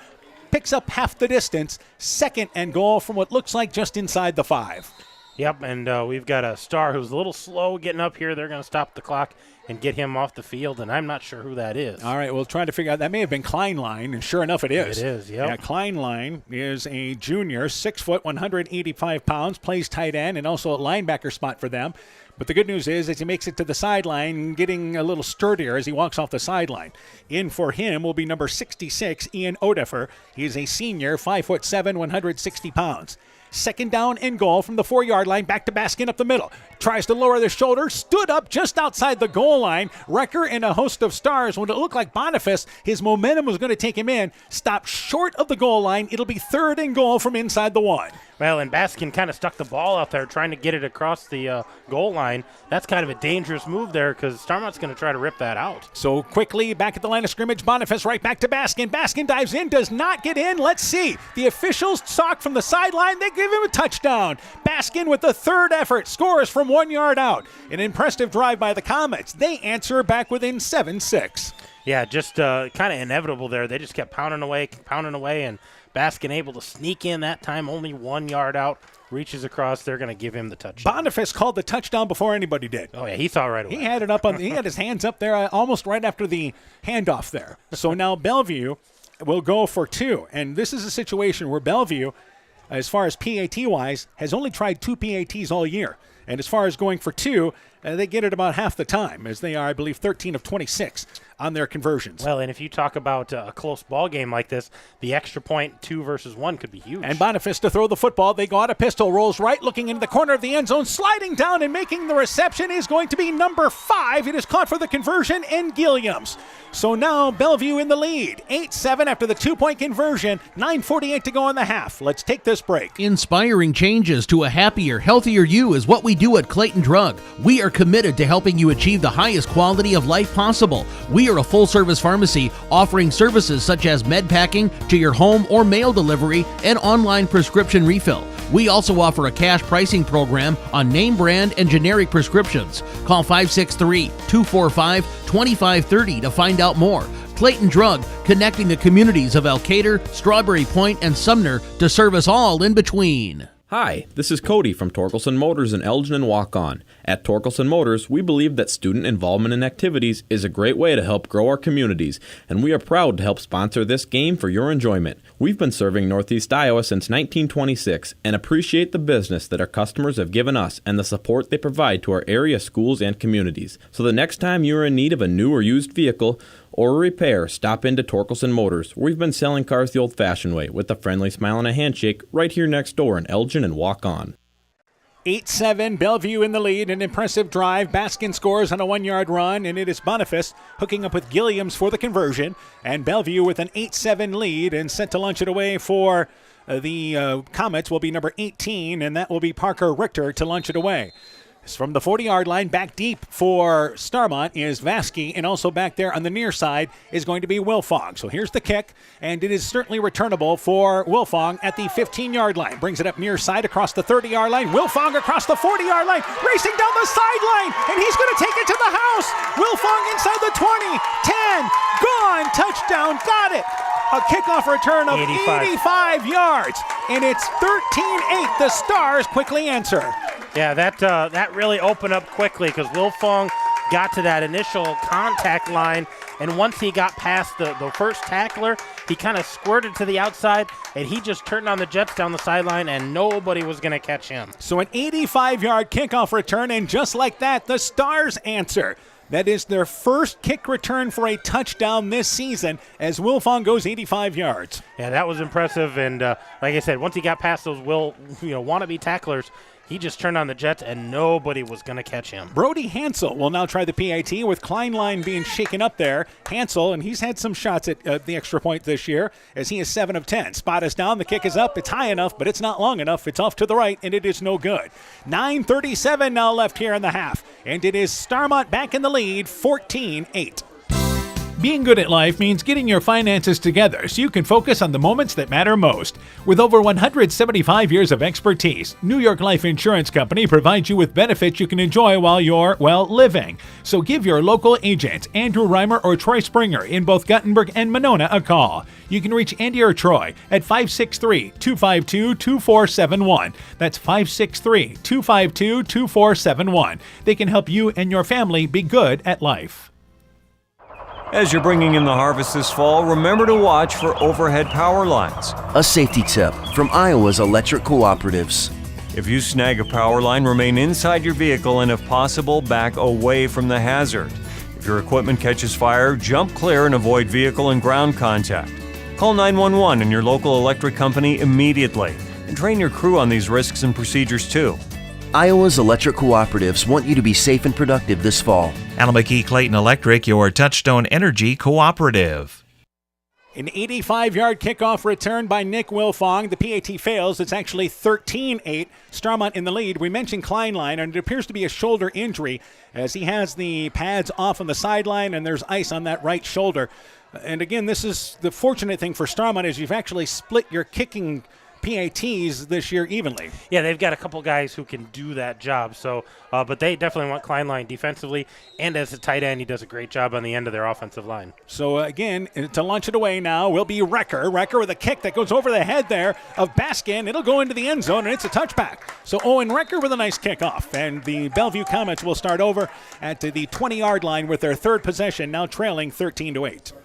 Yeah, and you said you got a score finally from North Lynn. Yep, and it is at the half. Maquoketa Valley leads North Lynn 12-8. So again, the top 4 teams in the district are playing tonight against each other. Starmont and Bellevue here, and Northland and Maquoketa Valley. And again, Maquoketa Valley leads Northland 12-8 at the half. We'll continue to keep you up to date. And if you're a Starmont faithful, that's positive news because they need Northland to lose before next week so they have a chance to maybe battle. That would turn it into a head-to-head first-place game if, again, they hang on here. Running the football, it's Baskin. Baskin's got a hole at the middle. He's going to get 10 yards off left side. So a good job by Baskin. Found the hole just off the shoulder of his center and able to bring it up for first down yardage. Baskin continuing to establish the ground game for Bellevue. Yeah, he's running hard and hitting that line with a full head of steam and running over will-be tacklers, so he's really helping them out establishing that. We haven't seen as much of the passing game as we thought we would. Continue pistol formation, right back to Baskin. Baskin right side, runs over a defender, 35-yard line. He's going to get out to the 40-yard line. Finally tackled by Hamlet. Recker came back to make the play, and that is a 9-yard pickup on first down. Yeah, he's just moving the ball right now. Big gains on every touch. Baskin, again, is the leading ball carrier this year for Bellevue, 577 rushing yards. Second down, it is a short 1 yard to go, and now that may open the playbook a little bit for Bellevue in a second and short situation. And on 2nd and 1, they're going to run an inside counterplay with Kilberg. Kilberg brings it around the corner, 45-yard line, first down. Wilfong and a host of stars push him out of bounds at the 45-yard line. Vasky and Recker amongst that group, but it's a good run by Kilberg on the sweep to the right side, and it's going to be 1st and 10 for the Comets. Yeah, about a 5-yard gain there for Kilberg, and he had Baskin leading the way on blocking, so you knew he was going to at least pick up the first down. Run Kilberg in from the slot position there on the left side. He goes in motion to the right and got the nice handoff from Boniface. So first down, 10 yards to go from the 45-yard line now. Bellevue moved the ball in the last couple of drives in this game. Swing pass left side to Kilberg out of the backfield. He's across the 45-yard line, very near first down yardage. Brings it outside that left hash mark to the 45-yard line. That's a 10-yard swing pass to the left side. It ends up being a lateral, but it's still first down. Yeah, that goes down as a run for Kilberg, but that little swing pass gets the ball in his hands quick and allows him to use his speed, and that's going to be another first down. This has been an impressive drive down the field by the Bellevue Comets. They run it up the middle. They've run it to the right around edge. They've run it to the left around edge. So keeping Starmont right now guessing a little bit. We have an officials timeout here. We may have an equipment issue perhaps. Our officials, Kilberg is all right there. He's kind of checking his pads there. I think we've got equipment on the chains again. They're having issues over there with the chains. Our unsung heroes of Friday Night Football. So they're set. First down, 10 yards to go. Bellevue back inside Starmont territory. This is their third drive inside Stars territory tonight. And Boniface back to Baskin up the middle. Couple of yards, not quite the hole he had earlier. He'll pick up a couple of yards here, closer to 3. Still a positive run, 2nd and 7. Yeah, they give that different look because they line Baskin up over here as a slot, and he kind of tried to chop across those linebackers, and that's Kilberg coming up the middle trying to get behind him. Only a gain of 3, but still a good gain for Kilberg. So 2nd down, 7 yards to go, and Kilberg lines up as a H-back on the left side. And now one of the linemen turned around to make sure they know what the play call is going on. That was Highland. And they run it again, right side. Here is Baskin. Baskin inside the 40-yard line, down to the 36-yard line. Another positive gain there up the middle. Baskin makes it third down, and short. 3rd down and 2, and Bellevue will live in that. Yeah, and this is not what I expected out of Bellevue. They have really established the run game, and now going quick here. And now Starmont's going to have to take a timeout. They had a player running off the field, and they want to talk things over defensively. 7:22 left in the half. Comets driving. Stars lead 13-8. Let's take this break. Alpine Communications believes connected communities become thriving communities. We are the local telephone company that became a 21st century communications provider. Alpine provides internet, television, cellular security, and telephone too. We promise personal, timely, reliable service from people who live here. When you choose us, we all thrive. Connect with Alpine Communications today. Click alpinecom.net or call 563-245-4000. Mom, yeah, put that on my to-do list. There is more and more on my to-do list every day. I can hardly keep up, and I have to make sure everyone is paid. But who has time for the bills? You know who can help with that? Who? Elkader Tax and Bookkeeping. They not only do taxes, but specialize in bookkeeping services as well. Has your to-do list gotten too long? Want help? Give Elkader Tax and Bookkeeping a call at 563-245-2154. Starmont taking a timeout. They were late getting a player in, but it's a good timeout by Starmont to talk to their defense right now. Yeah, Bellevue coming at them full force, and they went no huddle, and they were going to catch a guy on the field. They were going to get 12 in the field, but here they come with 3rd and short. Yep, 3rd down in the yard. Toss play inside to Kilberg. Kilberg, left side, brings it across the 35-yard line. 1st down yardage. That'll go as a pass. It's a forward pass there to Kilberg, who just caught it from behind the line and rolled around left side. Picks up about 4 yards. It's 1st and 10 for Bellevue.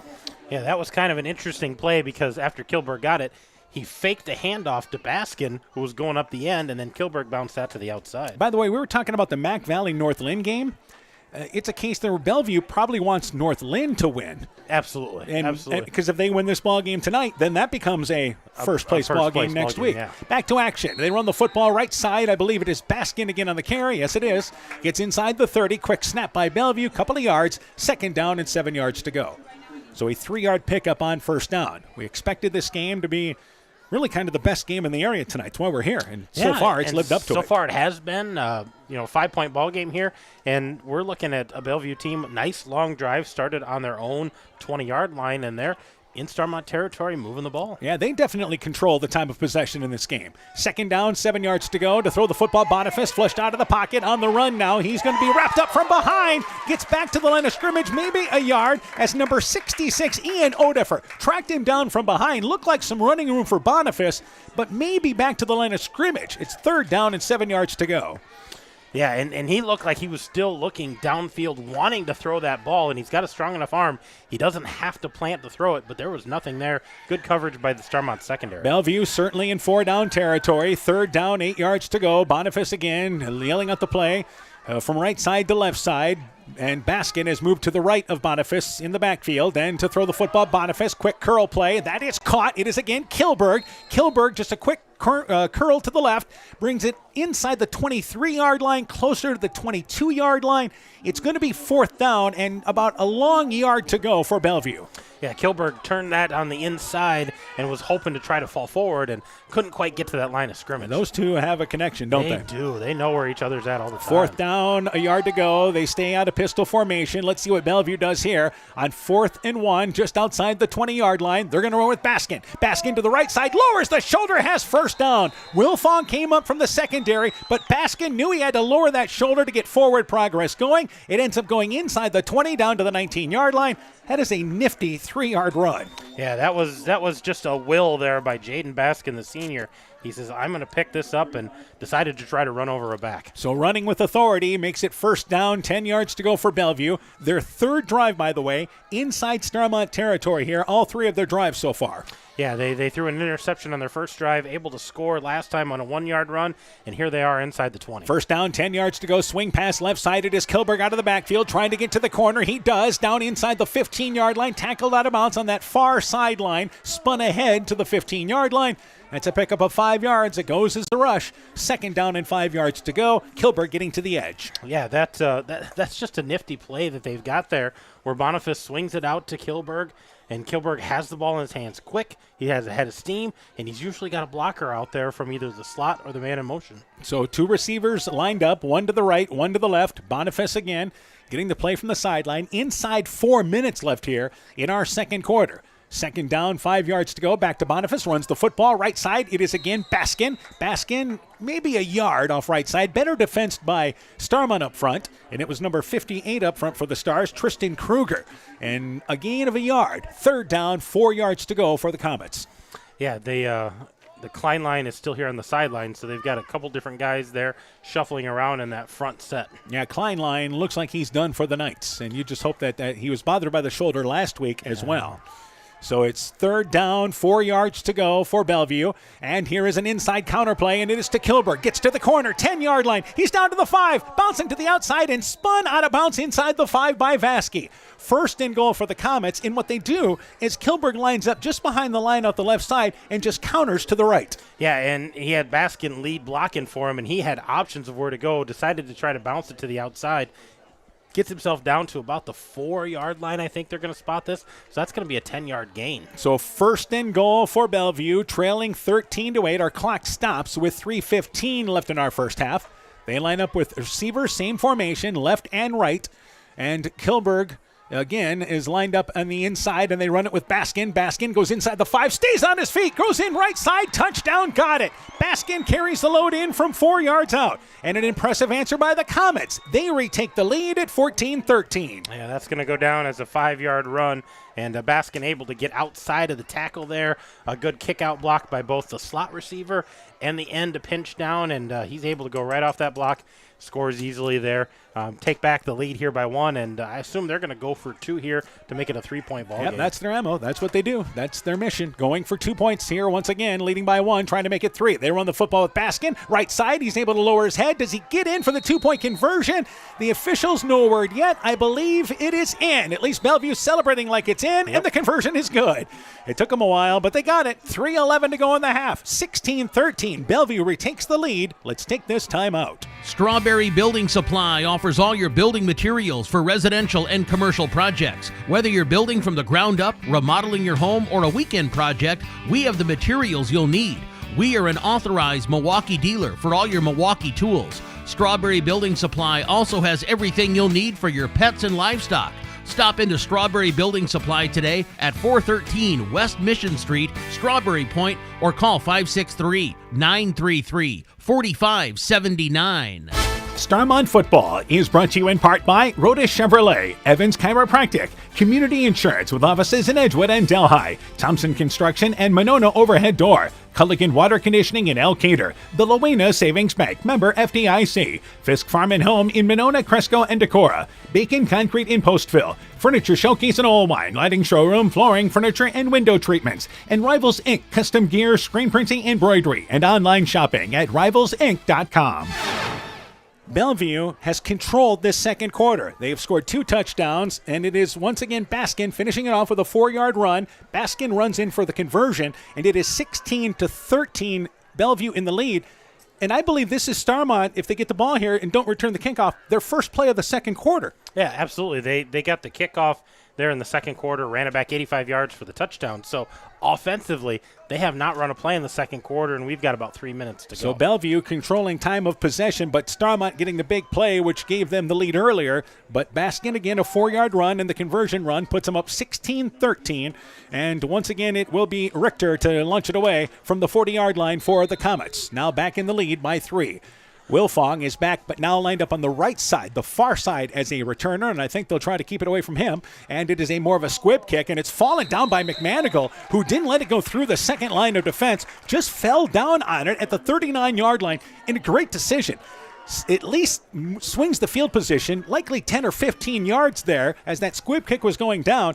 And Starmont with 3:11 to work with, pretty decent field position. Yeah, nice field position. If he lets that go, somebody's got to pick it up and try to return, do some blocking. McManigal just kind of like a hockey goalie there, knocks it down and says, it's in my glove, let's go. So first down, 10 yards to go, split backs in the backfield for the Stars, plenty of time to work with from their own 39-yard line. Toss play to Vasky. Vasky stiff arms a defender but can't get to the corner, but now able to break through from that group and finally brought back down as he tried to cut back towards the middle. Bounced all the way to the right. Shut down by Bellevue. Somehow Vasky slid out of there, brought it back towards the left hash mark, ran a long ways, and ends up losing a yard. Finally tackled, I believe, up front by Seth Smith. There was a host of Comets that had an opportunity. He cut back about 2 or 3 times and just couldn't find any kind of seam to get through. So second down, 11 yards to go. Starmont has had mostly positive yardage running the football tonight, a negative play there. 2 receivers to the left, 2 to the right. They go out of pistol formation. Wilfong to throw the football, rolling out right side. He's got time. The ball deflected at the line of scrimmage. There's the 6'5" Deshaw putting up his mitts there behind the line of scrimmage, knocked it down, and it's 3rd and 11 now for the Stars. Yeah, and right now Starmont, they thought we got plenty of time. We got good field position. They're behind the sticks, 3rd and 11. We've only taken about 30 seconds off the clock. So Starmont needing to convert because, remember, they get the ball to start the second half.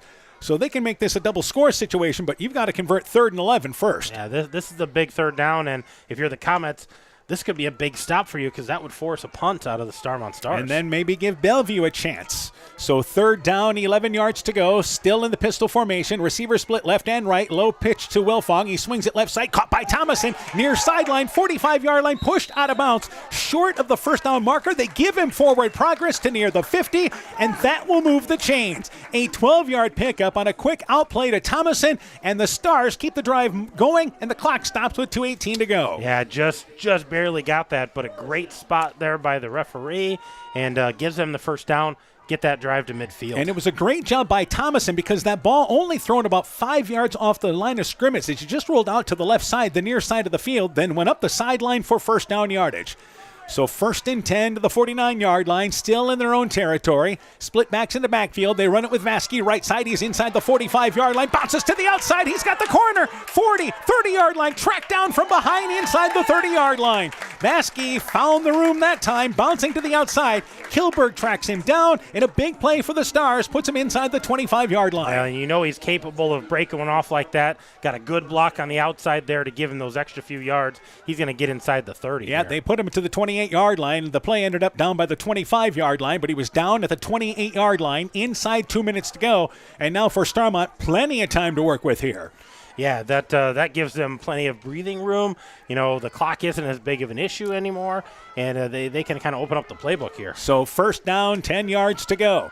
Split backs in the backfield. Under center is Wilfong. Left side, they run it this time with McManigal. McManigal has first down. He's up the middle, inside the 20-yard line, down to the 18-yard line, and that is 1st and 10 for Starmont now. McManigal with a rare carry here in this first half. I think that was still Vasky. McManigal was it out was here on Vasky. the outside. Vasky just pounding away there. They had split backs in the backfield. It was Vasky, number 25, getting the carry, and a timeout now taken here, and I believe this is Starmont taking the timeout with 1:35 to go here in our first half. And that run was good enough to get him a first down. So, yeah, that was over 10 yards on that run. And Vasky is, again, this is the best running he's had so far in this ballgame on this drive. Yeah, they're just kind of leaning on him right now. They got to midfield, had the big pickup, got the first down, another first down, and I think Starmont wants to make sure they know what they're doing here, give them a chance to huddle, regroup here with 1:35. They want to come out of here with a touchdown. All right, another score to pass along. At the end of 3, Postville and North Cedar are still scoreless at the end of the 3rd quarter. So an interesting 4th quarter taking place at North Cedar against both teams looking for their first win of the season.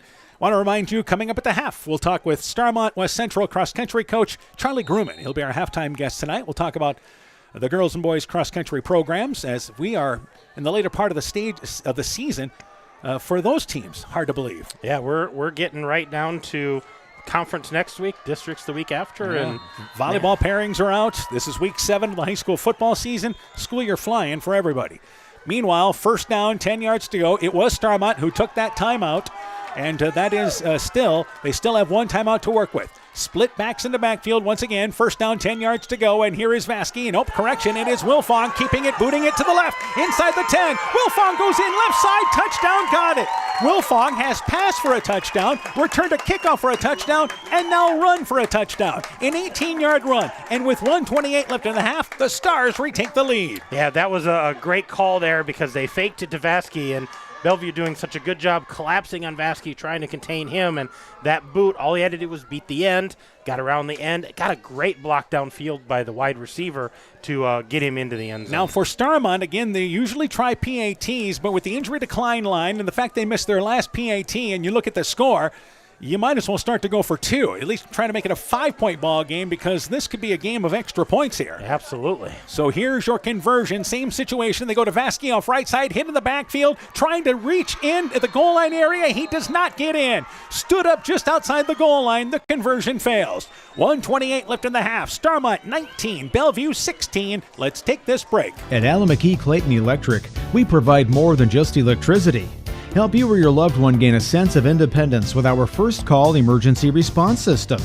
The system is activated when the first call client falls or presses the alert button on their pendant. The call is answered by a trained emergency response operator available 24/7. Learn more by calling ACEC at 888-788-1551.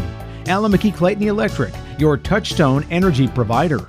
life's better when you're under our roof because our agents can help you choose insurance to help protect what matters most. Life insurance from American Family Life Insurance Company can help financially protect your loved ones by replacing a portion of your income if you were to pass away. That means your family could have the help they need to continue to pursue their dreams. Contact Julie Depke, agent at 205 South Main Street in Elkader today. Products not available in all states. American Family Life Insurance Company, 6000 American Parkway, Madison, Wisconsin.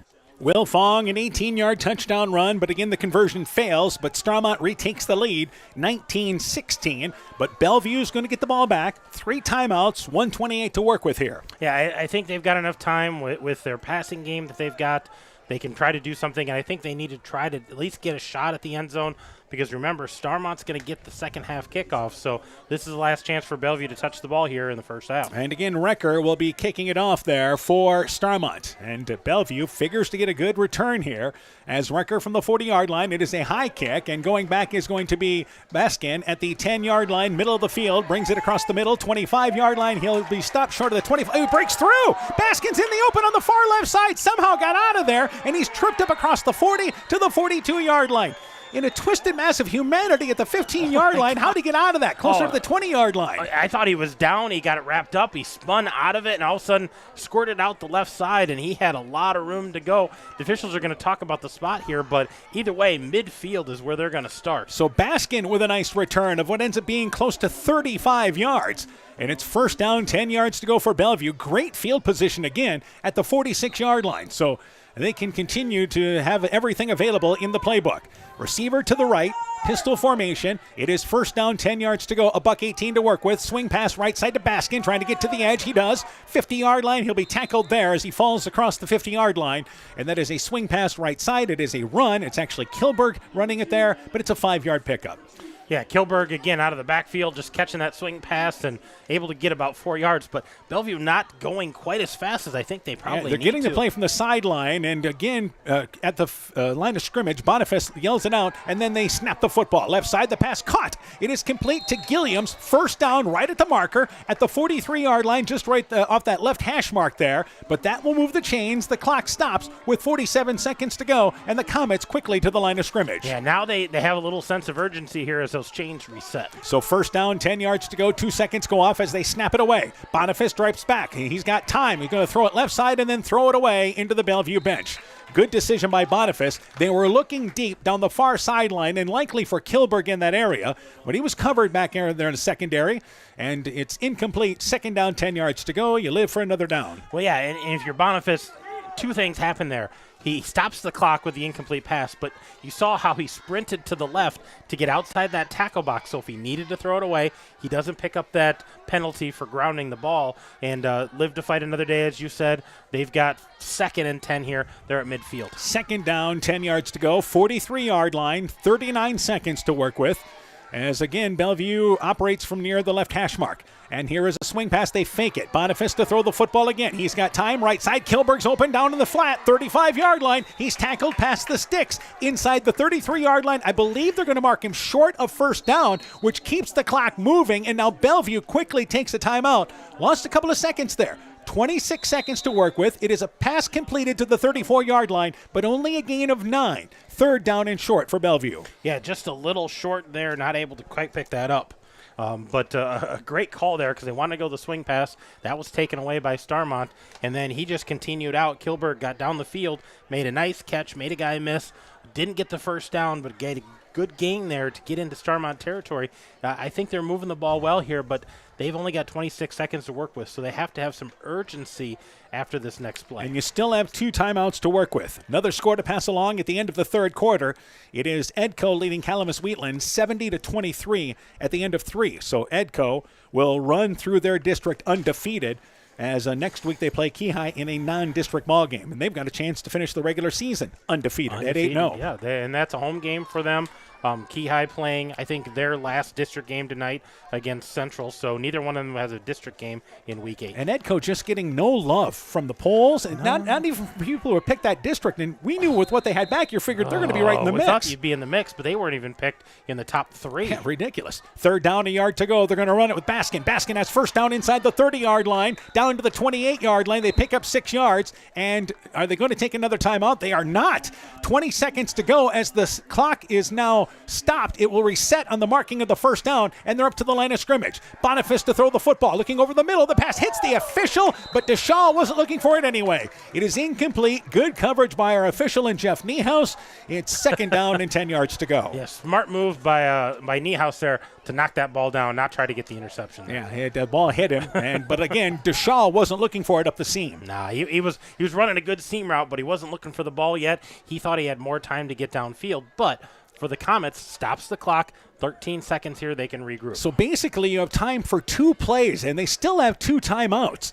2nd down, it is 10 yards to go. And to throw the football again is Boniface. Boniface steps up, forced out of the pocket, looking right side. He's got time, throws it along the sideline. Kilberg catches it, pushed out of bounds inside the 10. He tiptoed along the sideline. It is actually Gavin Schrader, number 3 and not number 2, who toes the sideline. 1st and goal for the Bellevue Comets here. It's 6 seconds to go in the half. Yeah, and a 19-yard gain there, but puts him inside the 10, puts him right on the doorstep here.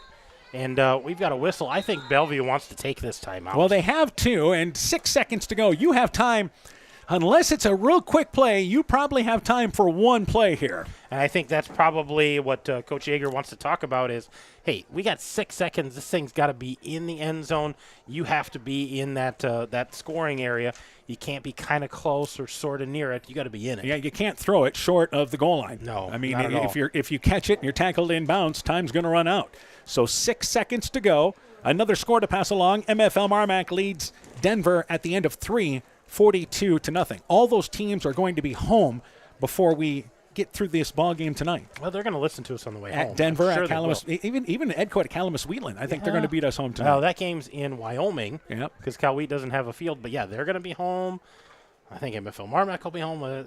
They can all listen to us on the bus ride. And because we've got an entertaining game. All right, so Bellevue still a timeout. 6 seconds to work with here. I don't think they're concerned about that. Let's see what they look to do here with receiver split to the right side and left. Kilberg again is in the slot, part of 3 receivers to the right side. So on 1st and goal with 6 seconds left in the half, Starmont leads 19-16. Comets going for it. And again, left side, they throw the ball short of the end zone. Sliding down and trying to catch it on the far sideline is the receiver. It is incomplete, and I believe that may have been Schrader on the far side. It was. He slid down on it, short of the goal line, but probably lucky he didn't catch it because there's still 2 seconds left. Well, I think they were trying to take a shot there, hoping maybe, but if he didn't catch it, no big deal. I'm just surprised that that's the play they went with, only having 6 seconds. So 2 receivers to the left, 2 to the right, and the ball a little bit thrown underneath the receiver, and that slowed things down a bit. So now Bellevue will use their final timeout. In the previous setup, Bellevue had 3 receivers to the right. They wanted the one-on-one situation on the left. That's what they were going after. Yeah, they were looking for that. It was Schrader out there, but this time, I think they're going to look to Kilberg. He's got really good hands. He's had nice catches tonight. Look for him maybe in the slot in that quick slant pattern, something across the middle, but I think they're going to try to find Kilberg. If I'm Starmont, I'm going to put a guy behind him and put a guy right up on him. Yeah, absolutely. So 2 seconds to go. 19-16. Starmont, as we mentioned, gets the ball to start the second half. So both offenses have been really good tonight. And again, coming up at the half, we'll have our halftime guest. We'll go through the first half stats and run down all the scores across the area tonight. Many of those games in the fourth quarter, and try to get you a Maquoketa Valley North Lynn update as well. So we're talking Bellevue here with 2 seconds to go. Your most trusted receiver is Kilberg. You've got to find something for him. I think you got to get it in his hands. If you're not going to throw it, I think you put it in Baskin's hands and block for him. Maybe he can get there. But the ball's right on the 10-yard line on the right hash mark. I think it's too far to run. I think you got to try to throw this. So DeShaw late off the field for Bellevue, and here comes a flag. They had too many players after the timeout, and that'll drive you nuts because you took time out to set up what you wanted to do, and now you're back to the 15-yard line. Well, and if they were throwing the ball, I don't think this changes anything, but how do you get a 12th guy to go out on a timeout? So that pushes it back to the 15-yard line, and it makes it a little more challenging from 5 yards further. So they'll stay with the same formation, 2 receivers to the right, 2 to the left.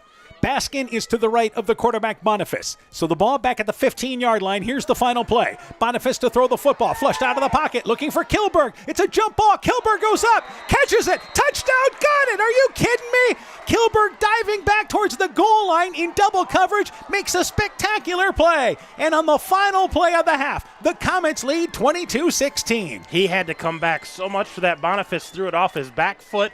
Just kind of a wing and a prayer, aiming for the corner of the end zone.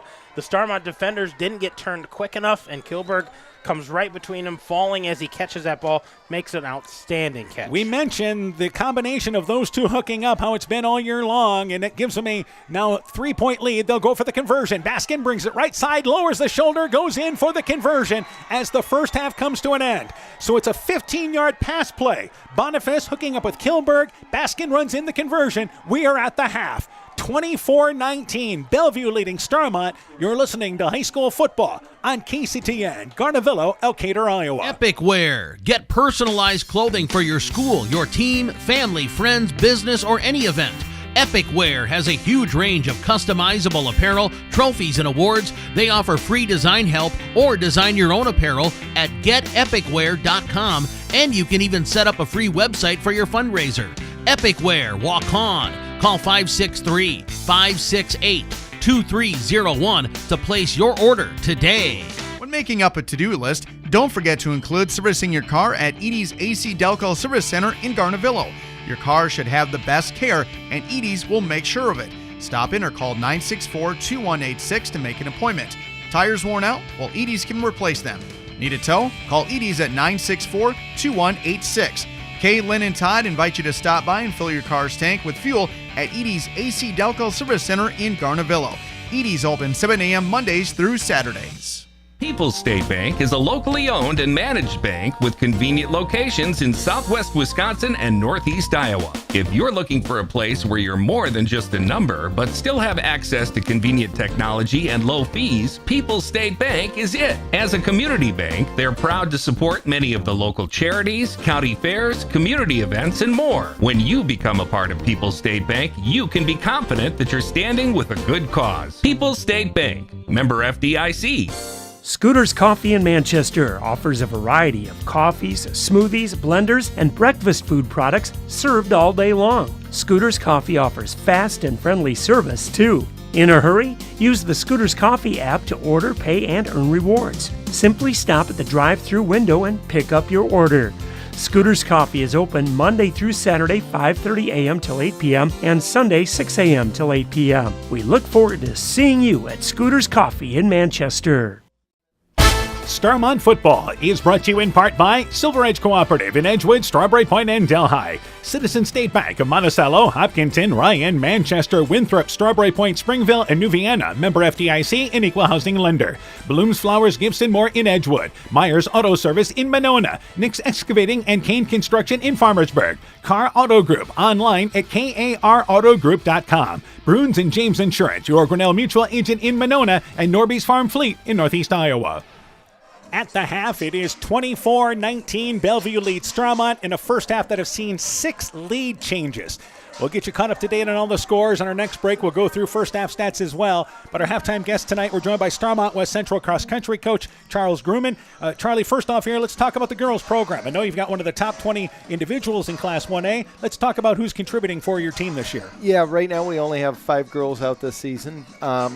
All 5 working really hard, improving, good team unity. 3 of them are freshmen. Our lone senior on the team, Kristen Haynes, has been a really good leader for the team. And, of course, we're returning Lauren Krogman, who finished 6th last year at state, is running really well this season. But, you know, now that she's a sophomore, she's no surprise when she's up at the lead group every meet. All right, who else contributing for you with the girls? We got Lexi Popham has been almost every meet has been improving. She's a freshman, and Katie Burns, again, another freshman, continues to improve. All right, obviously let's talk about the boys program now. Boys program, we're young. We got a lot of sophomores and juniors right now. Sophomore Jagger Timmerman and our junior Caleb Pinion have been leading the way. The team itself, almost every meet, they're cutting 1 to 2 minutes off of last year's times. Team unity and work ethic has been really good this season. Really positive group that really are pulling together. Yeah, that's great with a young team. Who else contributing for you for the boys? Carson Curtis has been stepping up and leading a lot of things. We got a couple brothers, Ben and Noah Gellner, have been really pushing hard. Ben's just a freshman who's been stepping up on our varsity, typically our number 4 guy. So we've been, they've been really pushing. We'll see what they can do the next couple weeks. I know you ran this past Tuesday nights, and how'd things go for you there? We were a little flat at West Delaware, but we were pushing on Monday. We had a hard practice Monday, so I kind of knew we were going to be a little bit flat on Tuesday, but a lot of our push is looking for next week at conference and 2 weeks at our district meet when we find out where we go. All right, let's talk about conference coming up next week. EDCO hosting, correct? Yeah, we're at EDCO, which tends to be a fast course. It's over at their golf course. On the girls' side, Mac Valley's probably the lead coming in for a team. Lauren should be up in the front. There are a couple Burbridge girls from Mac Valley should be right up there. They've been kind of chasing that on her. On the boys' side, Springville and Mac Valley have been the lead as far as our conference. We've been probably sitting about third most all season, and we'll see if we can pull it together. All right, it's going to be a little bit different for you guys in the postseason this year. Can you kind of explain what's going on there? Yeah, postseason this season, we're Starmont West Central for the boys team. We do have our Lincoln Seek, who has been contributing also on our varsity side from West Central, who runs with us. And so we are 2A with them. So our 2A district will probably go either to Owine or Monticello. We'll find out here this next week. The girls are 1A with the 5 girls coming out, so they're classified just as Starmont. And Northland is probably our most likely destination for districts. All right, what do you want to see out of your kids as we close the regular season there? Well, like I said, Timmerman and Pinion are both running really good right now. They have a lot of potential to crack that top 15 at districts, depending on where we go. And those two are really, really pushing. Yesterday we did some speed workout, and boy, those boys were really pushing. And again, Lauren, Nodi really in 1A has been extremely close to her. Kelchin from Cascade, I think, was 10 seconds away from her at West Delaware, but again, like I said, we were running a little bit flat on Wednesday. And real quick, getting back to that splitting things up there, that means you got to split the coaches up, right? Yeah, it is. It's a tough combination because those kids get used to different voices and who's telling them to do what. And I got a great coaching staff. My wife is our assistant coach, and then Lacey Zuck is another assistant coach, and we got 2 great volunteers that have been helping us out. Randy Timmerman. Yes. And Roger Gifford. And so we think we know how we're going to split them up, but we'll look at it as we go. All right, Coach. Thanks for joining us here at the half. Yeah, good luck much. to you guys. Yeah, thank you. You betcha. Starmont West Central cross country coach Charlie Grumman talking things over about his Stars program at the half, our halftime guest. Again, at the half, it is 19-16. Bellevue leads here at the break. We'll take a break. First half stats and update some scores from across the area when we continue. Epic Wear. Get personalized clothing for your school, your team, family, friends, business, or any event. Epic Wear has a huge range of customizable apparel, trophies, and awards. They offer free design help or design your own apparel at getepicwear.com, and you can even set up a free website for your fundraiser. Epic Wear, walk on. Call 563-568-2301 to place your order today. It's back to school time and the fall sports season is underway. Hi, this is Dr. Jessica Wilkie from Family Dentistry Associates of Monona, and I am excited to announce the addition of Dr. Chase Bruner and Dr. Daphne Hafler to our team. Dr. Bruner, Dr. Hafler, Dr. Foey, and myself are welcoming new patients as we cheer on all our area student athletes this fall. We look forward to seeing you at your next dental appointment. Family Dentistry of Monona, where health-changing smiles are created. Brought to you by locally owned and operated NEAT, proudly providing high-quality internet, television, and telephone services at the speed of light to businesses and homes in Northeast Iowa. NEAT also provides computer and network services as well as business phone system sales and service. For more information, visit NEITEL.com or call 877-638-2122. NEAT, connecting you now.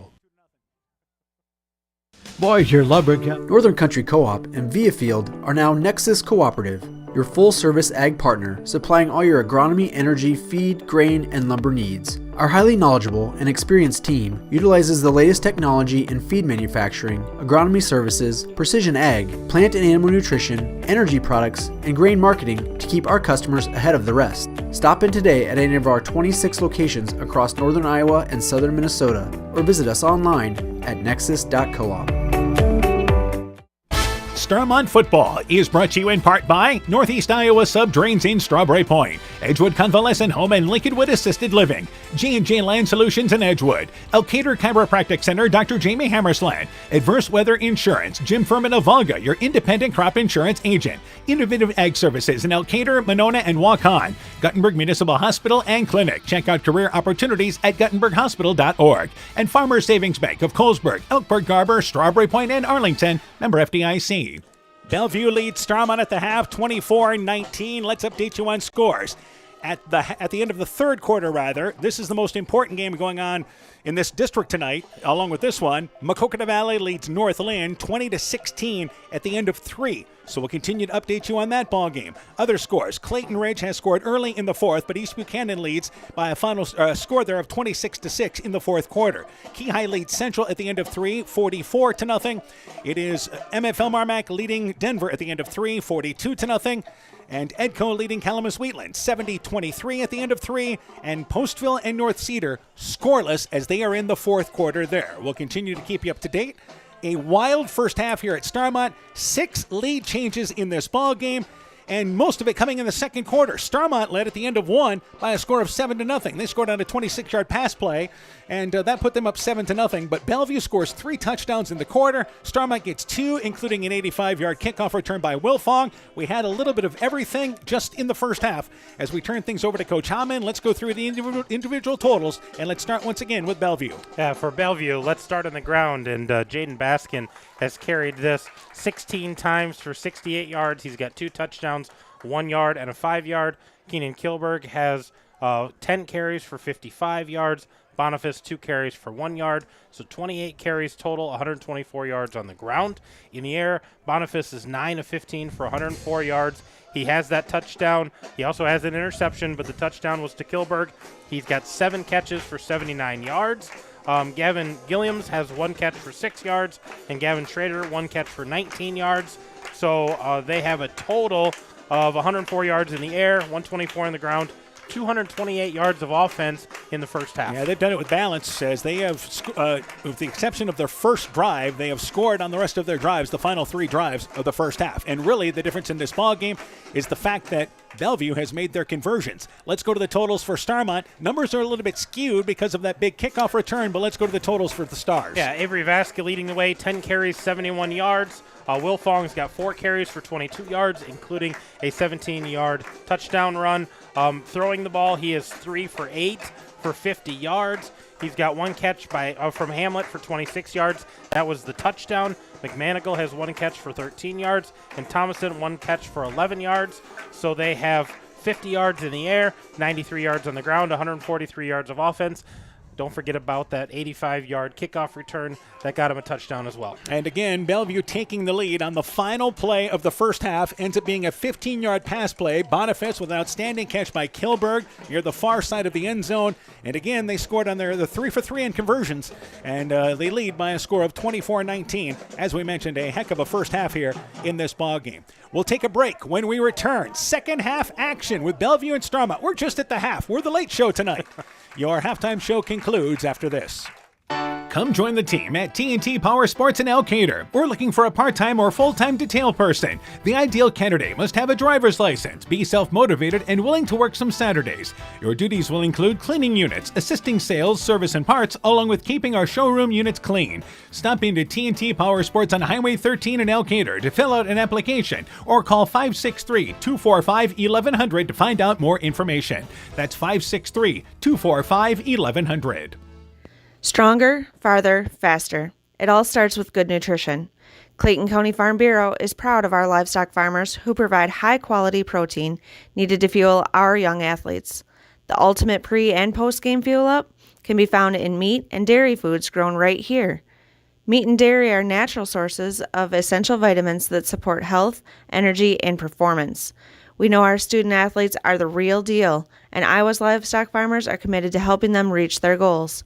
To learn more, visit realfarmers.realfood.realmeat.com. It's pretty unusual for a bank to be 100% employee-owned, and Freedom Bank wouldn't have it any other way. Employee-owned means we're not just your bank, we're your friends and neighbors. We value being active community partners, and we believe in donating generously to local causes. We empower success, not just for our customers, but for our communities as well. Visit Freedom Bank in Elkader, Monona, Postville, Waukon, or online at freedombnk.com. Member FDIC. This is Chris Holbert, General Manager of Hall Robertson Incorporated in Postville.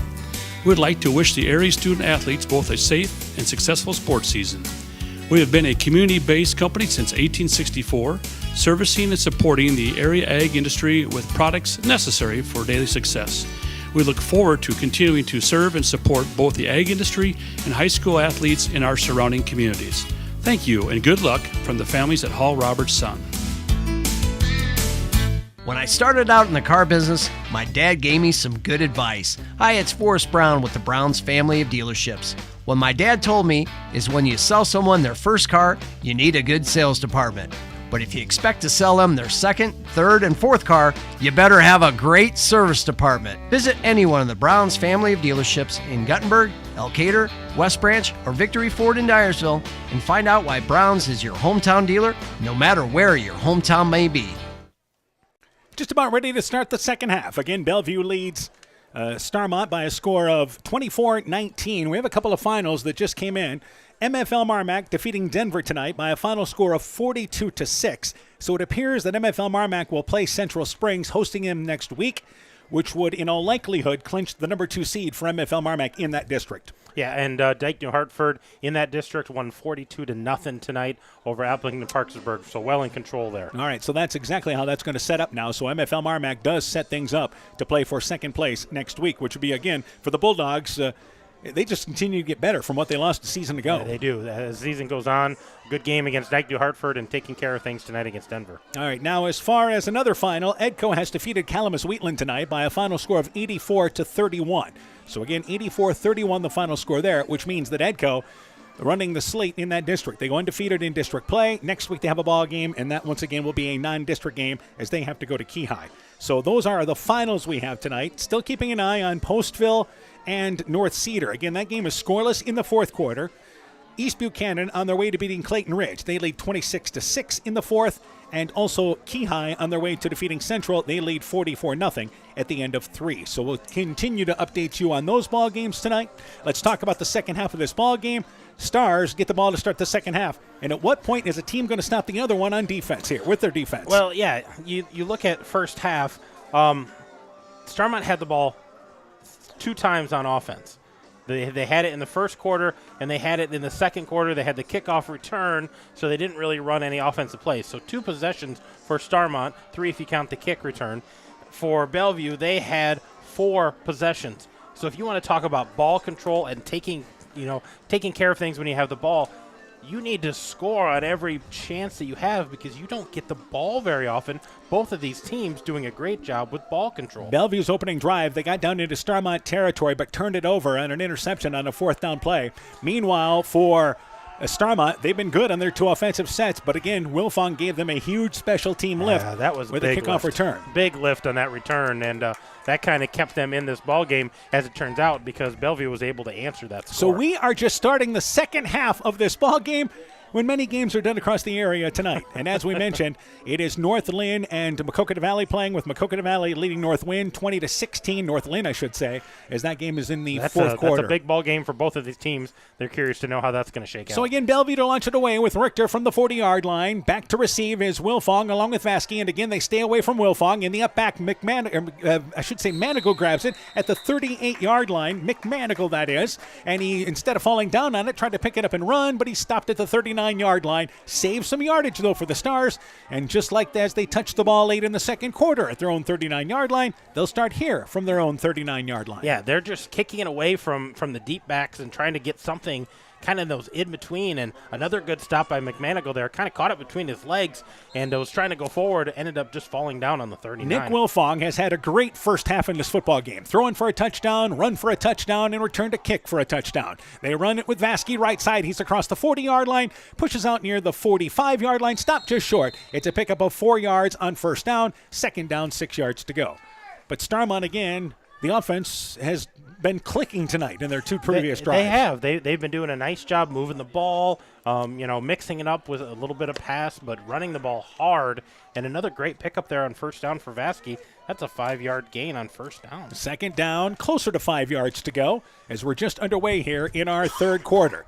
And again, they continue to go with split backs in the backfield, but Vasky has gotten the majority of the carries from that backfield spot tonight, along with Thomason back there with him. Second down, and they're going to run the option. Wilfong's going to keep it hit before he pitches it, and he's going to be dropped for a loss. Back inside the 40-yard line, Jacob Hyland able to rip him up there before he could pitch the ball. They were looking to run the option to the weak side, and it's 3rd and 11 now for the Stars. Well, that was a good tackle by the Comets there to get him early, because he should have pitched that right away. They had that well sniffed out. I don't know if they would have gained anything, but they were not going to gain anything if Wilfong held on to it. And a heady play by Wilfong to not try to pitch it after he realized he was getting hit, because that would have led to trouble. So 3rd and 11, 2 receivers to the left, 2 to the right. Stars operate from the left hash mark back to Wilfong. He's looking to throw the football, rolling out right side, throws it near the sideline, and that pass is caught by Vasky near the far sideline, inside territory of Bellevue, down to the 47-yard line. They convert on 3rd and 11. And that was a good route there run by McManigal to get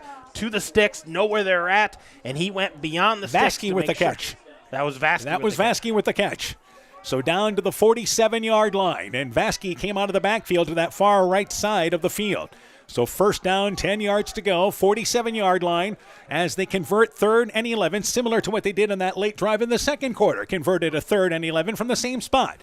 First down, 10 yards to go. They run the football left side, but instead running it is going to be McManigal. Left side inside the 45-yard line to the 44-yard line. Picks up a couple of yards there. And correction, it's Vasky. He's got his jersey tucked up, so it looks like 35, but it's 25. Vasky picks up 3, closer to 4 yards on that. Yeah, hard run there. Well-earned 4 yards there. We'll give him 4 on that play.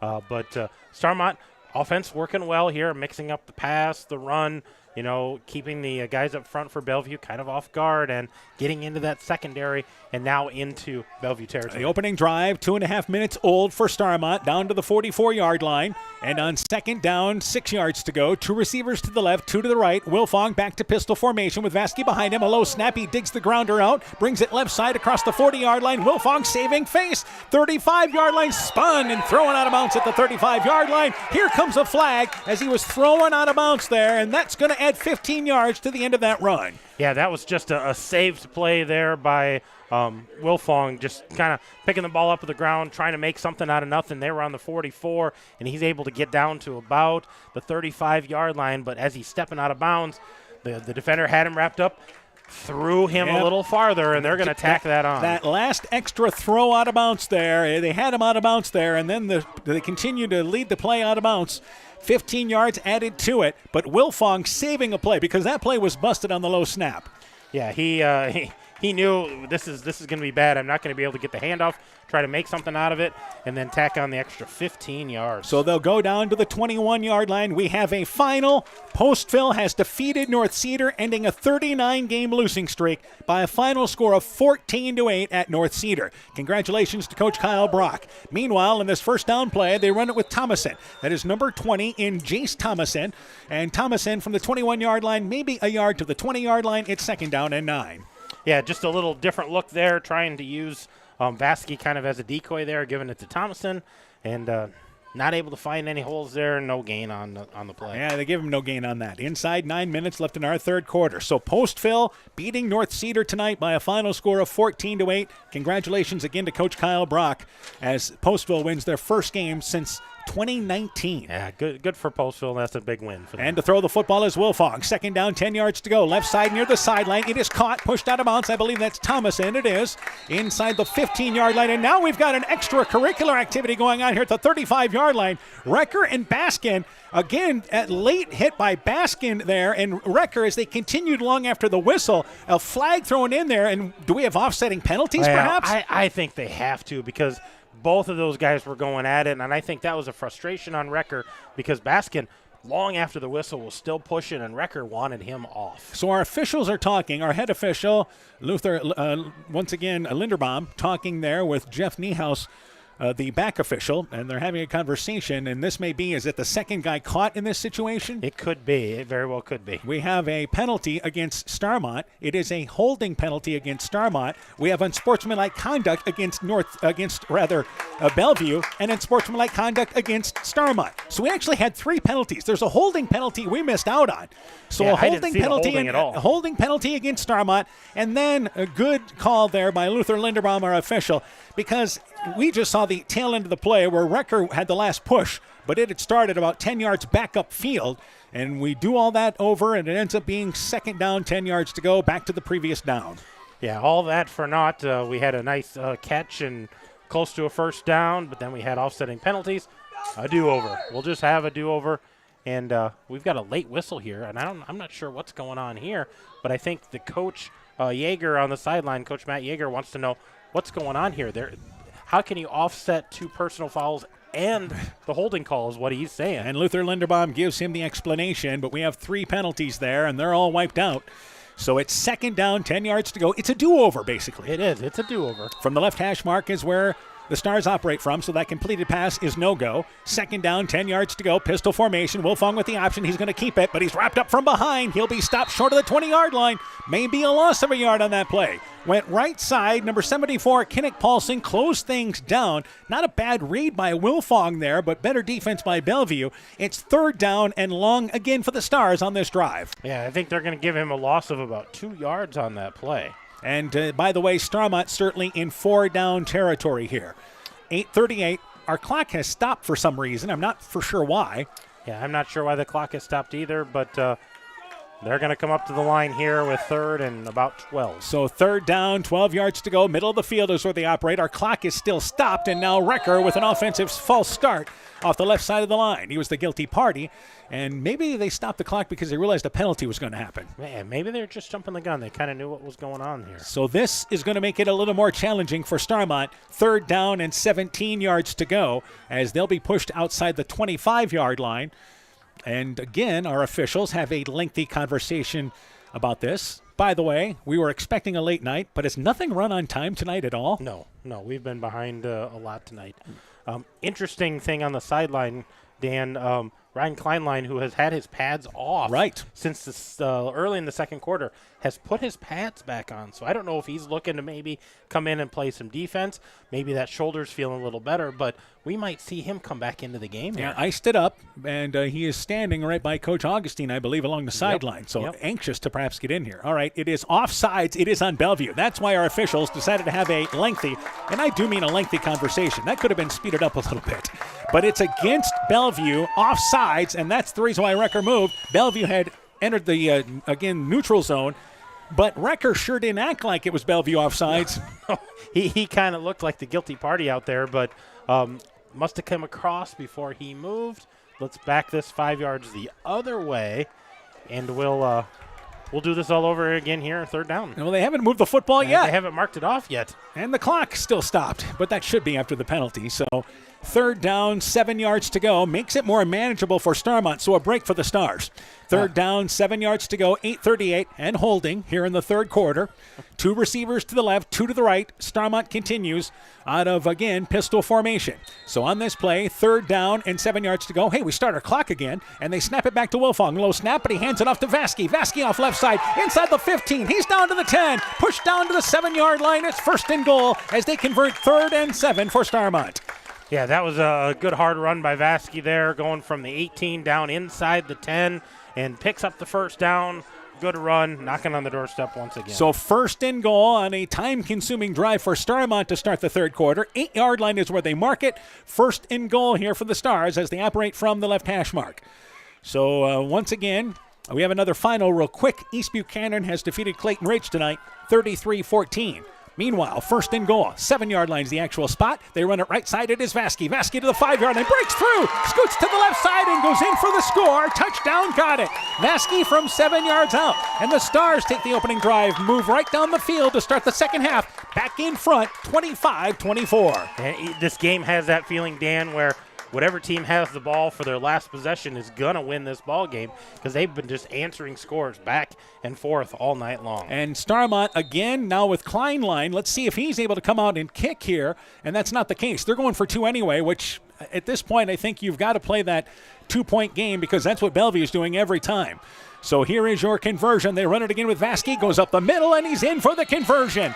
7:59 left in the third. Our 7th lead change. Starmont 27, Bellevue 24. You're listening to high school football from KCTN Sports.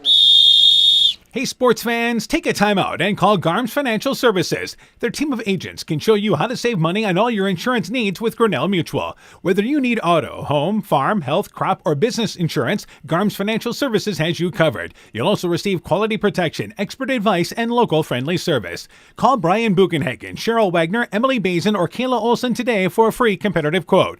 Garms Financial Services in Elkader, your trusted choice agency. Top Gun Customs knows you can fill the deer tag well out of season. If you've tagged that prize buck, pull up to the stoplight at Top Gun in Garnavillo. That's it. Bob and his technicians have been repairing vehicles for over 45 years. We write the estimates, take the photos, and deal with the insurance company for you to ensure your vehicle is repaired quickly and, most importantly, safely. We also have free loaners or rental vehicles. Call Bob or Nancy at Top Gun to schedule your repair today. 563-964-9899. 7:59 left here in the third quarter. Starmont scores on a 7-yard run from Vasky. Vasky adds the conversion run, and they lead 27-24 here with 7:59 left in our third quarter. Bellevue set to receive. Record to launch it away from the 40-yard line. Couple of finals to get to. Keyhigh has defeated Central tonight 44-0. And as we mentioned, East Buchanan over Clayton Ridge 33-14. We are the last game going on here in the area with 7:59 to go in our third quarter. Yeah, in our third quarter. Great kick by Recker. Goes near side, and it'll go towards the goal line and bounce over the goal line. It is a touchback.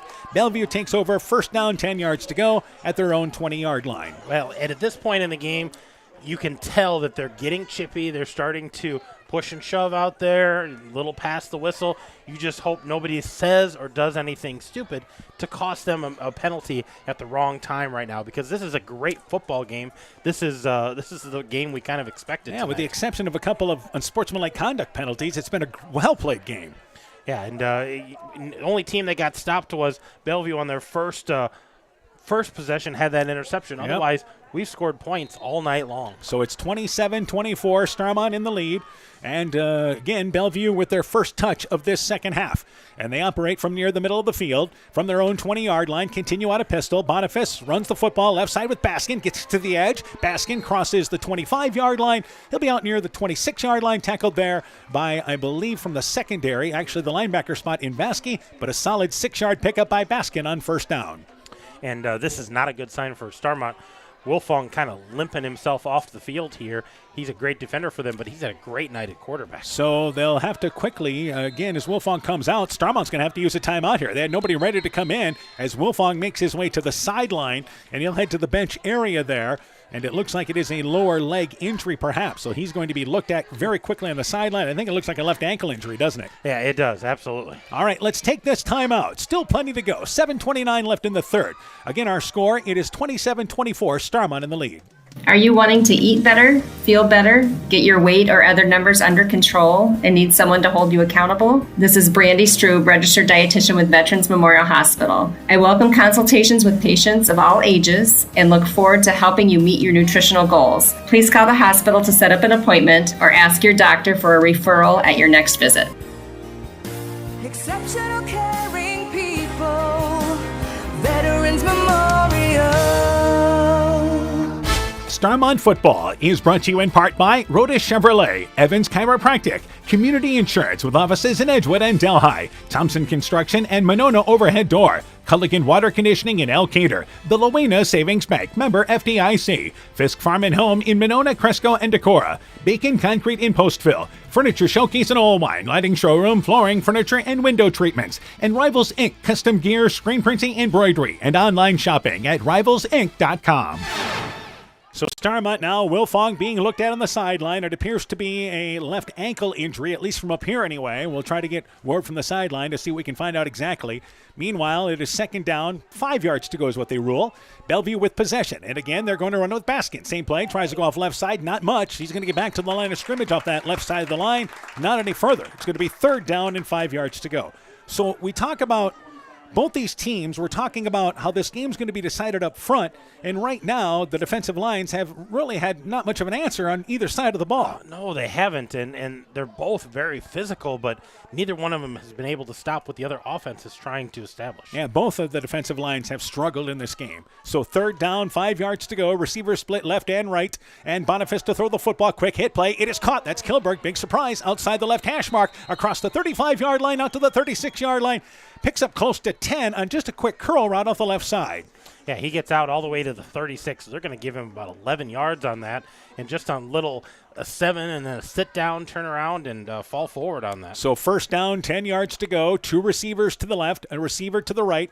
How many catches Kilberg have in this ball game so far? He's up to 8 catches already. And again, he leads Bellevue on the season with 44 receptions coming into the game. First down, 10 yards to go. To throw the football, right side it is to Shaw on the pass from Boniface. And this is a tight end, brings it right side across the 45-yard line. Very near first down yardage. Just floated out to the right side as he leaked out. Hamlet coming up from the secondary, makes the tackle, gets up a little bit slow, but able to walk back towards the huddle here. And actually, he'll stay at the line of scrimmage, but walking that off defensively. Yeah, and they're going to give him about 9 yards on this. They're going to be a little bit short, I think, on the first down. Yep. I don't think they're going to give him this. They mark it at the 47-yard line. They have to get just across the 47, so they're going to give him the first down on this. They looked, decided, good enough from here. Let's move the chains. So give him another yard on that. But so a 10-yard completion, as it turns out, for Duchamp. So first down, 10 yards to go in this situation. And they operate again now from the right hash mark. Bellevue still in their own territory at the 47-yard line. 5:45 and counting here in the third. And they're going to throw the football. Quick hit play. Kilberg, curl route again. Left side just outside the hash mark. Spins away. And he's now to the far sideline and down the sideline. 40, 30. Tackled there at the 15-yard line. Taken out of bounds there by number 17 in Hudson Pop-Up. But a big play by Kilberg, who got away from the defense just across midfield. Turns it into a huge game inside the 20. Yeah, ran that same little curl route, sat right down in it, and spun out of the tackle that probably should have stopped him just short of the first down. Yeah, it would have been a nice pickup on that play, but instead it ends up being a big gain. So inside the 20-yard line, they mark it actually at the 19-yard line is where it goes. So first down, 10 yards to go, and now we've got an equipment timeout, I believe. Total yardage on that pass play, by the way. He's at 35 yards on that pass. So first down, 10 yards to go. We've had a couple of stoppages tonight, just with a shoe being tied or some equipment being out. First down, 10 yards to go. Down to the 17-yard line, the official spot. And they're going to run it with Baskin up the middle. He's inside the 15-yard line, leans ahead for a yard inside the 15, down closer to the 12-yard line. He's going to pick up 5, and that was hard-fought yardage up the middle. Yeah, he's run hard tonight. Vasky running hard for Starmont as well, but I've been impressed with Jaden Baskin, how hard he's hit that line, keeping his head down and finishing these runs. Wilfong back in the game, by the way. Recker was a bit slow to get up for Starmont from the line of scrimmage, but he digs right back in there at his defensive tackle spot. They run it left side, and Baskin bounces to the outside. He's going to be stopped short across the 10-yard line. There's a flag behind the play at the 10-yard line as he tried to bring it left side. So Baskin didn't look like much out there, got close to the first down marker inside the 10-yard line on that far sideline. Would have been a gain of 4, but I think we may have a holding penalty. And we have a holding penalty. It's against Bellevue. Yeah, that was a nice run by Baskin, but you could see on the backside there was a hold. I don't think it had any effect on the play, but it was pretty obvious right in front of the official there. So we're going to back that up 10 yards from the spot, and we're going to try second down again. So the holding penalty is going to push him back from the marker. And again, our officials talking about where that penalty exactly was. I think they believe it occurred at the 10-yard line, so they'll mark it back from that spot. And they'll push it back to the 20-yard line, and it's going to be second down, and it's now going to be roughly 14 yards to go, back at the 20-yard line. Yep, they're kind of shooting themselves in the foot there on a nice gain on the run. But, again, Starmont's been moving the ball well. Bellevue's now moving the ball well. Both of these offenses playing well. Neither one of the defensive lines had an answer. And here is again Boniface to throw the football right side. It is caught at the 10-yard line. Quickly going down to catch it was number 22 for Bellevue, and that was Jack Kirk, who catches it between the numbers at the 15-yard line, down at the 12-yard line. It'll be third down, 6 yards to go. Low pass, and he just went down to get it. Yeah, that was a nice catch by him, just trying to make that reception, gain some positive yards, make third down manageable. And certainly Bellevue in 4-down territory here, inside 4.5 minutes left in the third. So you have two receivers to the left, Kirk, the lone receiver, to the right. Boniface runs out of pistol formation as Deshaw goes in motion, and right back this time to Baskin. Baskin trying to get to the outside, turns the corner at the 10-yard line, and that's as far as he'll get. Gets back to the 10-yard line just short. It should be third down, actually fourth down, and less than a yard. He just could not get a push past that first down marker. Yeah, the end did a nice job for Starmont stringing that out and getting some help to able to make that tackle. And they're going to say he's short by about 2 yards. Well, if you look where the official's standing and where the down marker is, there's about a yard difference there, isn't there? There does. That looks like to me, it looks like it's a yard, with the down marker says it's 2. So it's fourth down either way, and obviously they're going for it from inside the 10-yard line. Boniface again out of pistol formation. Same play. Deshaw goes in motion. They give it again to Baskin. Bounces to the outside. He's got first down, tripped up inside the 5. It'll be first and goal as he gets to the outside. So they convert on 4th and 1 or 2, whatever you wanted to pick there, and it's first and goal now for Bellevue. Yeah, they're inside the 5-yard line here. Baskin knocking on the door of 100 yards. He's at 87 on 21 carries. So he's had a workhorse night tonight, but they'd love to finish this off with a touchdown. If you're Starmont, a turnover would be huge right here. They actually give him the 3-yard line, so first and goal from the 3-yard line for Bellevue. As this is just their first touch of the second half, Starmont took the opening drive and scored on a Vasky run.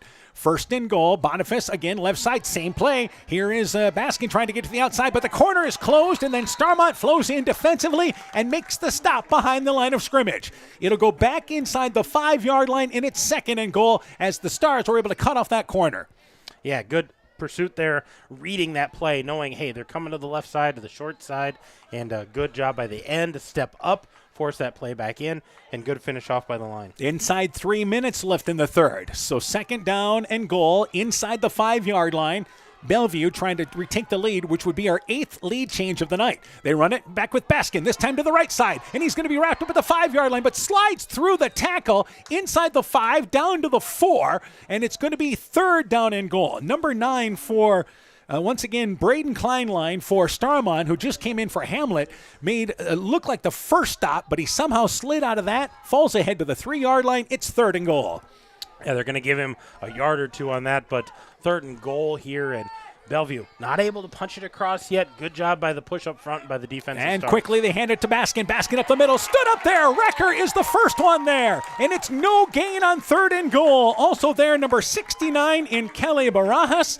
It's fourth and goal now from the 3-yard line for Bellevue. Yeah, they sniffed that out really well, and a push by the line up front, no gain. Bellevue here, they're going for it. They're going to try to get this touchdown. So Bellevue scored earlier in this ball game on a fourth down play. So has Starmont in this game, by the way. Fourth down and goal. Obviously, it's a go-for-it situation. They operate from the right hash mark. Pistol formation. Trips to the left, and it's a swing pass left side to Kilberg. Kilberg cuts back inside, heads towards the end zone. Touchdown, got it. What a cut by Kilberg. Off the left side, brought it back into the middle, and it's a 4-yard touchdown run on 4th and 4. And Bellevue retakes the lead now at 30-27. Yeah, that little swing pass to Kilberg, and he just kind of strings it out, chooses to cut up, and did a great job. Kind of took a pretty good hit going into the end zone, but able to punch that in. And again, it is a rushing play because it is a backwards lateral, and Kilberg has been so good around the edges, but that time the edge was closed well by Starmont. And the Stars buckled down, but unable to stop them on fourth down. And here is your conversion, and they are perfect tonight. Bellevue is on conversions. Inside counterplay with, again, Kilberg, who brings it around right end, goes in standing up for the conversion, was not touched. 1:49 left in the third. 32-27, Bellevue leads Starmont. You're listening to high school football from KCTN Sports. The Woodland Eye Clinic in Elkader and West Union are proud sponsors of high school sports. We are committed to bringing our patients the highest level of total eye care with detailed one-on-one attention. Our offices offer the newest technology and equipment with a professional team of experienced staff that is committed to you. Call us today for your next total eye care appointment. The Woodland Eye Clinic in Elkader and West Union supports all of our local athletes taking the field or court this season. Inspiring changes to a happier, healthier you is what they do at Clayton Drug, now offering free delivery of prescriptions to the Monona area. To find out more, call 563-245-2530. Clayton Drug can help you transfer your prescriptions quickly and easily to their pharmacy. Clayton Drug is committed to helping you achieve the highest quality of life possible. Clayton Drug, connecting the communities of Elkader, Strawberry Point, and Sumner to serve all in between. Welcome back once again here. Our final score from North Lynn and Maquoketa Valley. Maquoketa Valley wins 35-16, the final score. Starmont goes to Maquoketa Valley in week number 9. Bellevue takes on North Lynn, and that will be home for Bellevue in week number 8, actually, because week number 9, we start the postseason. So if you're a Starmont fan, this becomes a much more important game. It becomes a must-win game. Because if they don't win this, there's no chance of being in that district title talk. And right now, Bellevue is going, win this, go win next week, and we could be in the discussions for maybe being in that title. All right, for Bellevue, Kilberg, a 4-yard touchdown run on 4th down. Kilberg adds the conversion. We have had 8 lead changes, and it's 32-27. Bellevue, the difference in this ball game is they are 4 for 4 on their PATs, on their 2-point conversions tonight, and they were 50% coming into tonight's ball game. So Richter to launch it away again from the 40-yard line. Starmont, which has an 85-yard kickoff return for a touchdown from Wilfong. He's back there to receive, but they kick it away as it slides at the 25-yard line, falls right down there. It's picked up by number 8, and that is Popham. Popham from the 25-yard line gets out to the 30-yard line, hit hard there, saves 5 yards on the return, and it's 1st and 10 from the 30-yard line since Wilfong's kick return for a touchdown. Bellevue wants no part of kicking that ball deep. Yeah, they've been kicking it away from them, kicking it short, and just keeping it out of anybody quick hands to keep that from happening again. That was a difficult play for Popham because it looked like at first maybe the ball was going to go out of bounds at the near sideline area, but again, it just settled down at the 25-yard line. So 1st down, 10 yards to go for Starmont. 1:47, still in the third quarter, by the way. Yeah, we're still struggling with the third here. 1st down, 10 yards to go. A low snap to Wilfong, who again bobbles it, but he's able to pick it up. And now Wilfong has 1st down yardage. Brings it down the sideline, near side, pushed out of bounds across the 45-yard line, and here comes a late flag. Yeah. I think we've got a face mask on that play at the 50-yard line. I think it's either a face mask or a horse collar because he still had a hold of his jersey when he went down. So either way, I think this is going to be another 15 yards. And it is going to be a personal foul. It is a horse collar tackle, and that is the second one we've seen in this ball game happen right along the Starmont sideline. So Wilfong, again, saves the play. It was a low snap. He was able to go down and pick it up and even fake like he was going to hand it inside, but he was able to bring it near side for a solid run. Ends up being close to a 20-yard run, but the penalty brings it down to the 35-yard line, and it's 1st and 10 for the Stars, right back inside Bellevue territory. The run was outstanding, but the fake that he gave to Vasky before he made that run on a low snap was just impressive. So 1st down, 10 yards to go. Clock stops with the penalty and, of course, being out of bounds from the 35-yard line. Split backs into backfield. Here is Vasky. Vasky, middle of the defense, able to get ahead 5 yards. Taking up from underneath at the 30-yard line, but a solid run. A high-low tackle, but he picks up 5 yards. 2nd down, 5 yards to go. Vasky and Baskin. Man, those guys have bounced around the inside tonight. Tough running backs. Yeah, tough running backs and tough yards, falling forward all night long, and give some props to the offensive lines for opening up that hole for them. But, man, they hit it hard, and they put the hit on the defender. Well, we were talking about Baskin, 5'11", 195. Vasky's 5'11", 180. So, again, you got a couple of really powerful backs there. Split backs into backfield. Second down, 5 yards to go. Wilfong to throw the football, rolling out left. He's hit as he throws it, and it is a fumble. No, they're going to call it a pass. Bellevue recovers it. It is quickly blown dead by our head official, Luther Linderbaum, as he went to throw the football. Apparently the arm going forward. It's 3rd down and 5, and the Stars catch a break. They caught a big break there because Wilfong had no idea that guy was coming, and that empty hand, I think, is what kind of gave that away. The ball came out before he hit him, but that could have been disastrous for the Stars. I believe it was number 52 on that side. I believe so, yes. And that would have been Highland coming from the left side, who, again, does not get credit for the sack either because it ends up being an incompleted pass, and it's 3rd down and 5 yards to go. Stars have not turned it over tonight. As a matter of fact, they have not been stopped on offense in this entire game. Bellevue's only been stopped once. 3rd down, 5 yards to go. Back to pistol formation. 2 receivers to the right, 2 to the left, and everybody moving. Starmont moved. Bellevue moved. Let's see. Our official is going to call a delay of game against Starmont. So in all of that, that's the reason why everybody was moving. Bellevue must have been watching the clock, huh? And they must have, because all of a sudden everybody started moving, and delay of game is what we ended up getting for a call. So it ends up being not a false start or offsides. It is now 3rd down and 10 yards to go. 55 seconds left here in our third quarter. Bellevue leading 32-27, and they led 24-19 at the half as they scored on the final play on the half. In the final 2 seconds, they scored a touchdown. So 2 receivers to the right, 2 to the left, same formation for the Stars. 3rd down, 10 yards to go. And again, they blitz right side, but they run it with Vasky. Vasky left side across the 30-yard line, bounces off a defender, brings it inside the 25-yard line and very near first down yardage. Vasky just pinballing off guys off the near side. Refused to go down, and it looks to me like it's going to be just short of first down on a heck of a run by Vasky. Yeah, they're going to give him about 11-yard They're going to give him 10, yep. They're going to give him the first down. Yeah, absolutely. And I think he ran over a couple of defenders. I think he ran over one of his own guys just to try to clear some space there, but 11-yard gain. And I think they're going to give a warning to the sideline here, or they're saying, was he inbounds, out of bounds? They said he's inbounds, so they're going to wind the clock. Yeah, so the ball is at the 24-yard line, so they moved it from the 34 to the 24. First down, 10 yards to go. And again, now you've got a powerhouse backfield, 3 in the backfield with a power back in there now. First time we've seen this tonight. They run with Vasky off the heavy set. Vasky up the middle, first down, able to bounce to the outside, and he breaks through. Inside the 10, 5, touchdown, got it. And after Bellevue answers, Starmont gives us our 9th lead change of the game. 33-32, Stars in the lead on a run of 24 yards from Vasky. Yeah, another touchdown for Vasky. This one a little farther out, going 24 yards, but you talked about that power formation. They got him to the line.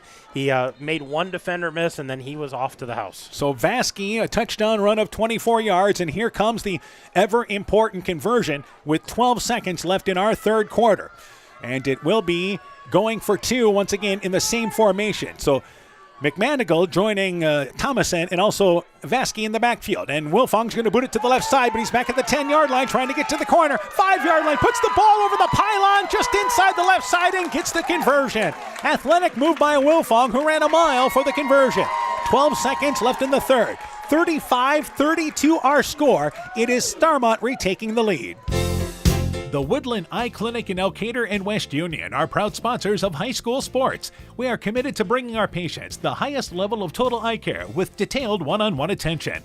Our offices offer the newest technology and equipment with a professional team of experienced staff that is committed to you. Call us today for your next total eye care appointment.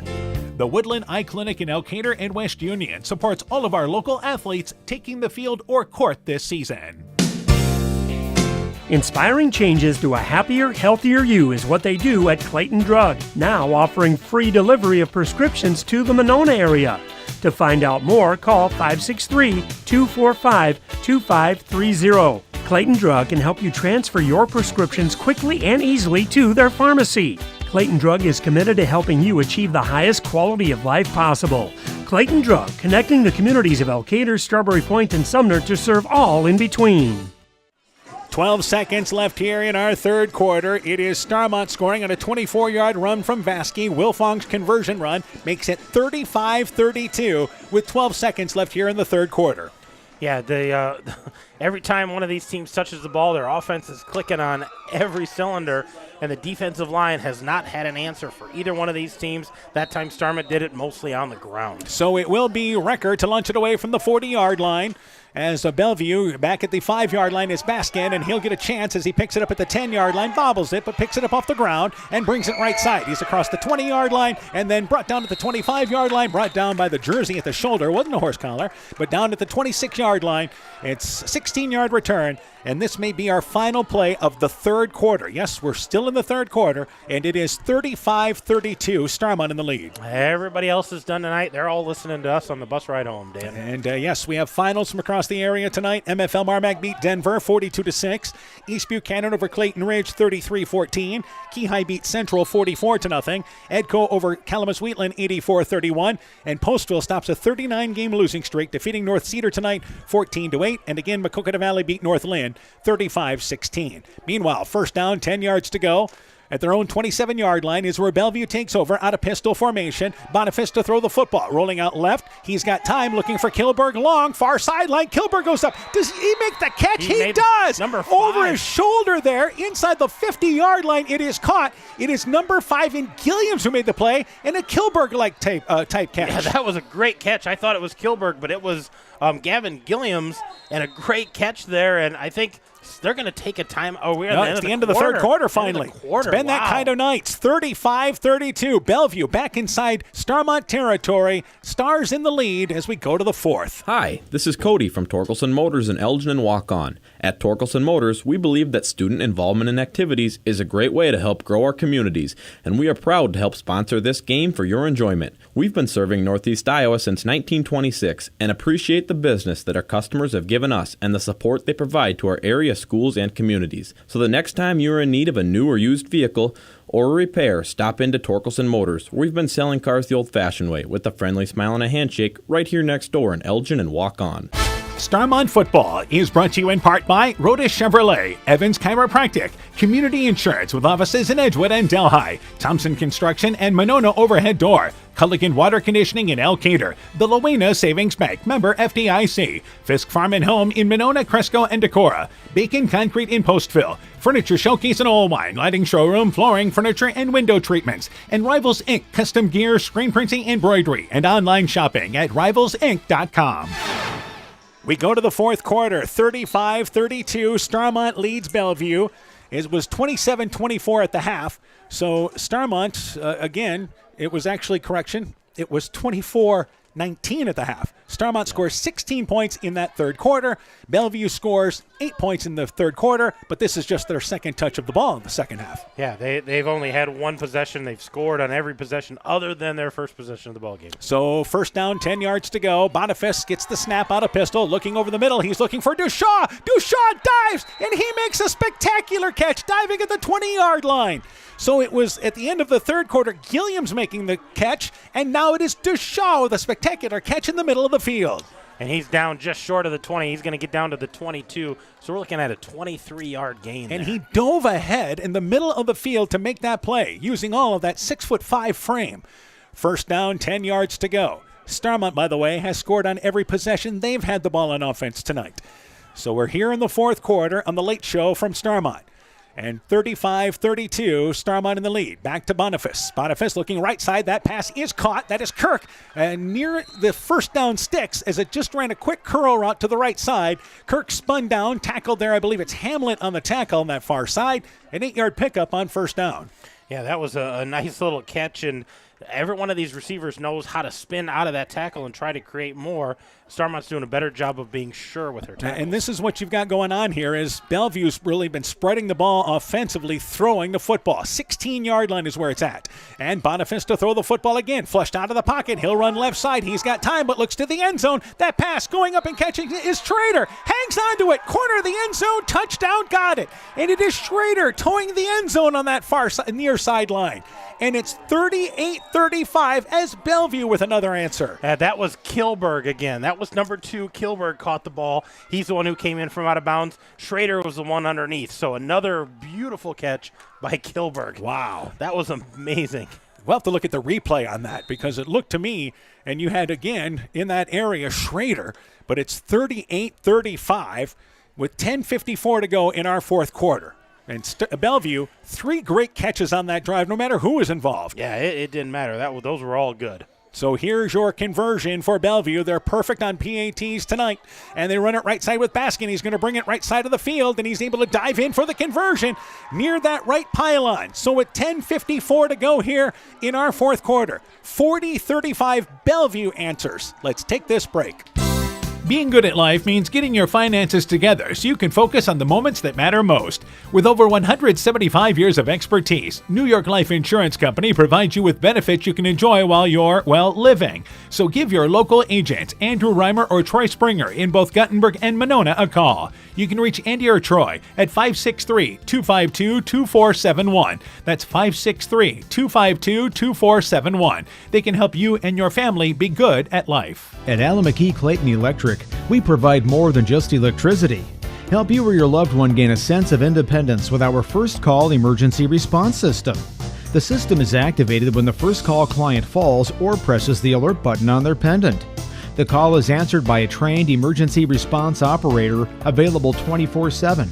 Learn more by calling ACEC at 888-788-1551. Alameda Clayton Electric, your touchstone energy provider. So that is our 10th lead change of the night. So we've just been going back and forth with every possession. 40-35, Bellevue leads Starmont with 10:54 still to go here in the fourth.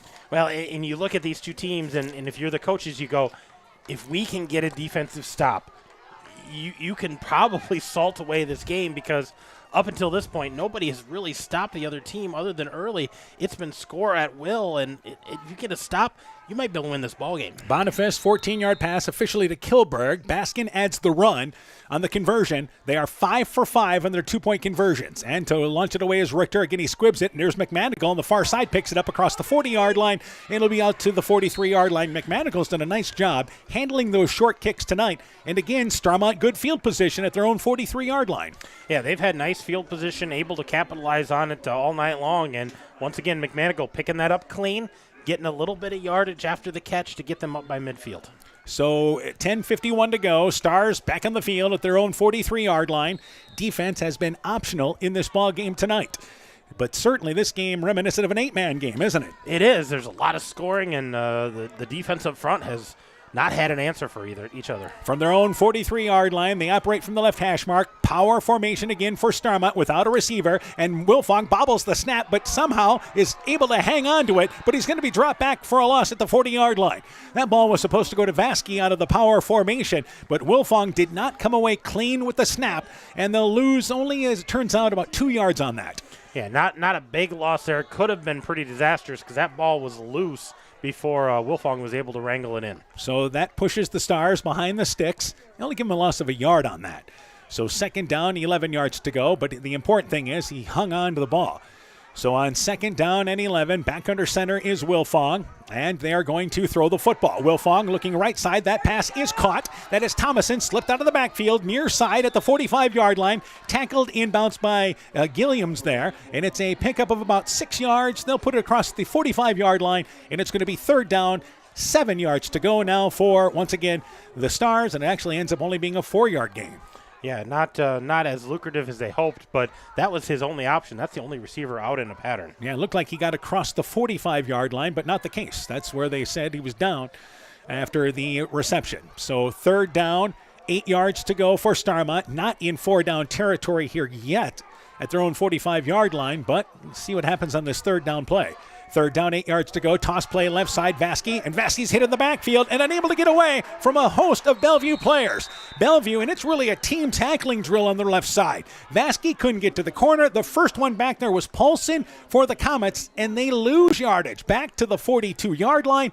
And it's fourth down and 11 yards to go. And we are going to have, I believe, our first punt of the night. We may have a punt here. This is the first one of the night. And this is not what the Stars wanted in this possession. And Recker stands back at the 30-yard line. Back to receive was Schrader. Now Schrader comes up into his normal defensive position. So Bellevue is going to stay in their defensive set. 4th down, 11 yards to go. And before we get going, there is a flag, and we had movement. And this is a false start against Starmont, as our head official, Luther Linderbaum, from behind the line, saw somebody move for Starmont, and that makes it 4th down and 16 yards to go. The way the offenses have played tonight, you go, maybe you go for it in this situation, but I still think with its 4th and 11 on your own 43-yard line, you have to punt the football away. I think so. I think you have to punt this away, especially now you're way behind the sticks. But even with it where they were, you punt this away and you lean on your defense to step up. So 4th down, 16 yards to go. Record to punt it away, and a rush by Bellevue, but they're able to get it through the arms of, once again, to Shaw trying to come in. Nobody back to receive for Bellevue, so the ball will roll inside the 25. It's down to the 24-yard line by Vasky, and that's where Bellevue takes over. 1st down, 10 yards to go at their own 23-yard line here, leading by a score of 40-35 with 8:38 to go here in our 4th quarter. Well, and we've talked about how slow this clock has moved, and now if you're a Starmont Star, you're going, we need to get the ball back, and we have to have some urgency because all of these drives have been long, methodical, and ended in scores. Bellevue's defense just got the first stop of the night. Starmont's defense will have to answer here. Yeah, they've been answering each other offensively.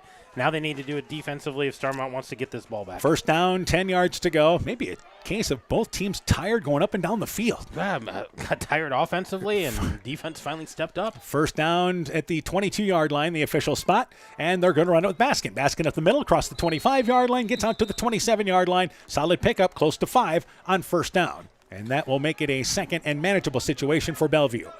So Starmont, you figure you've got to stop the run in between the tackles. That's been tough sledding for them tonight defensively. And if you're the Comets, you've established that run tonight. Yes, you can throw the ball. Boniface has over 230 yards in throwing, but if you can run the ball 4 or 5 yards at a time, keep the clock moving, keep the ball on the ground. 2nd down, 5 yards to go.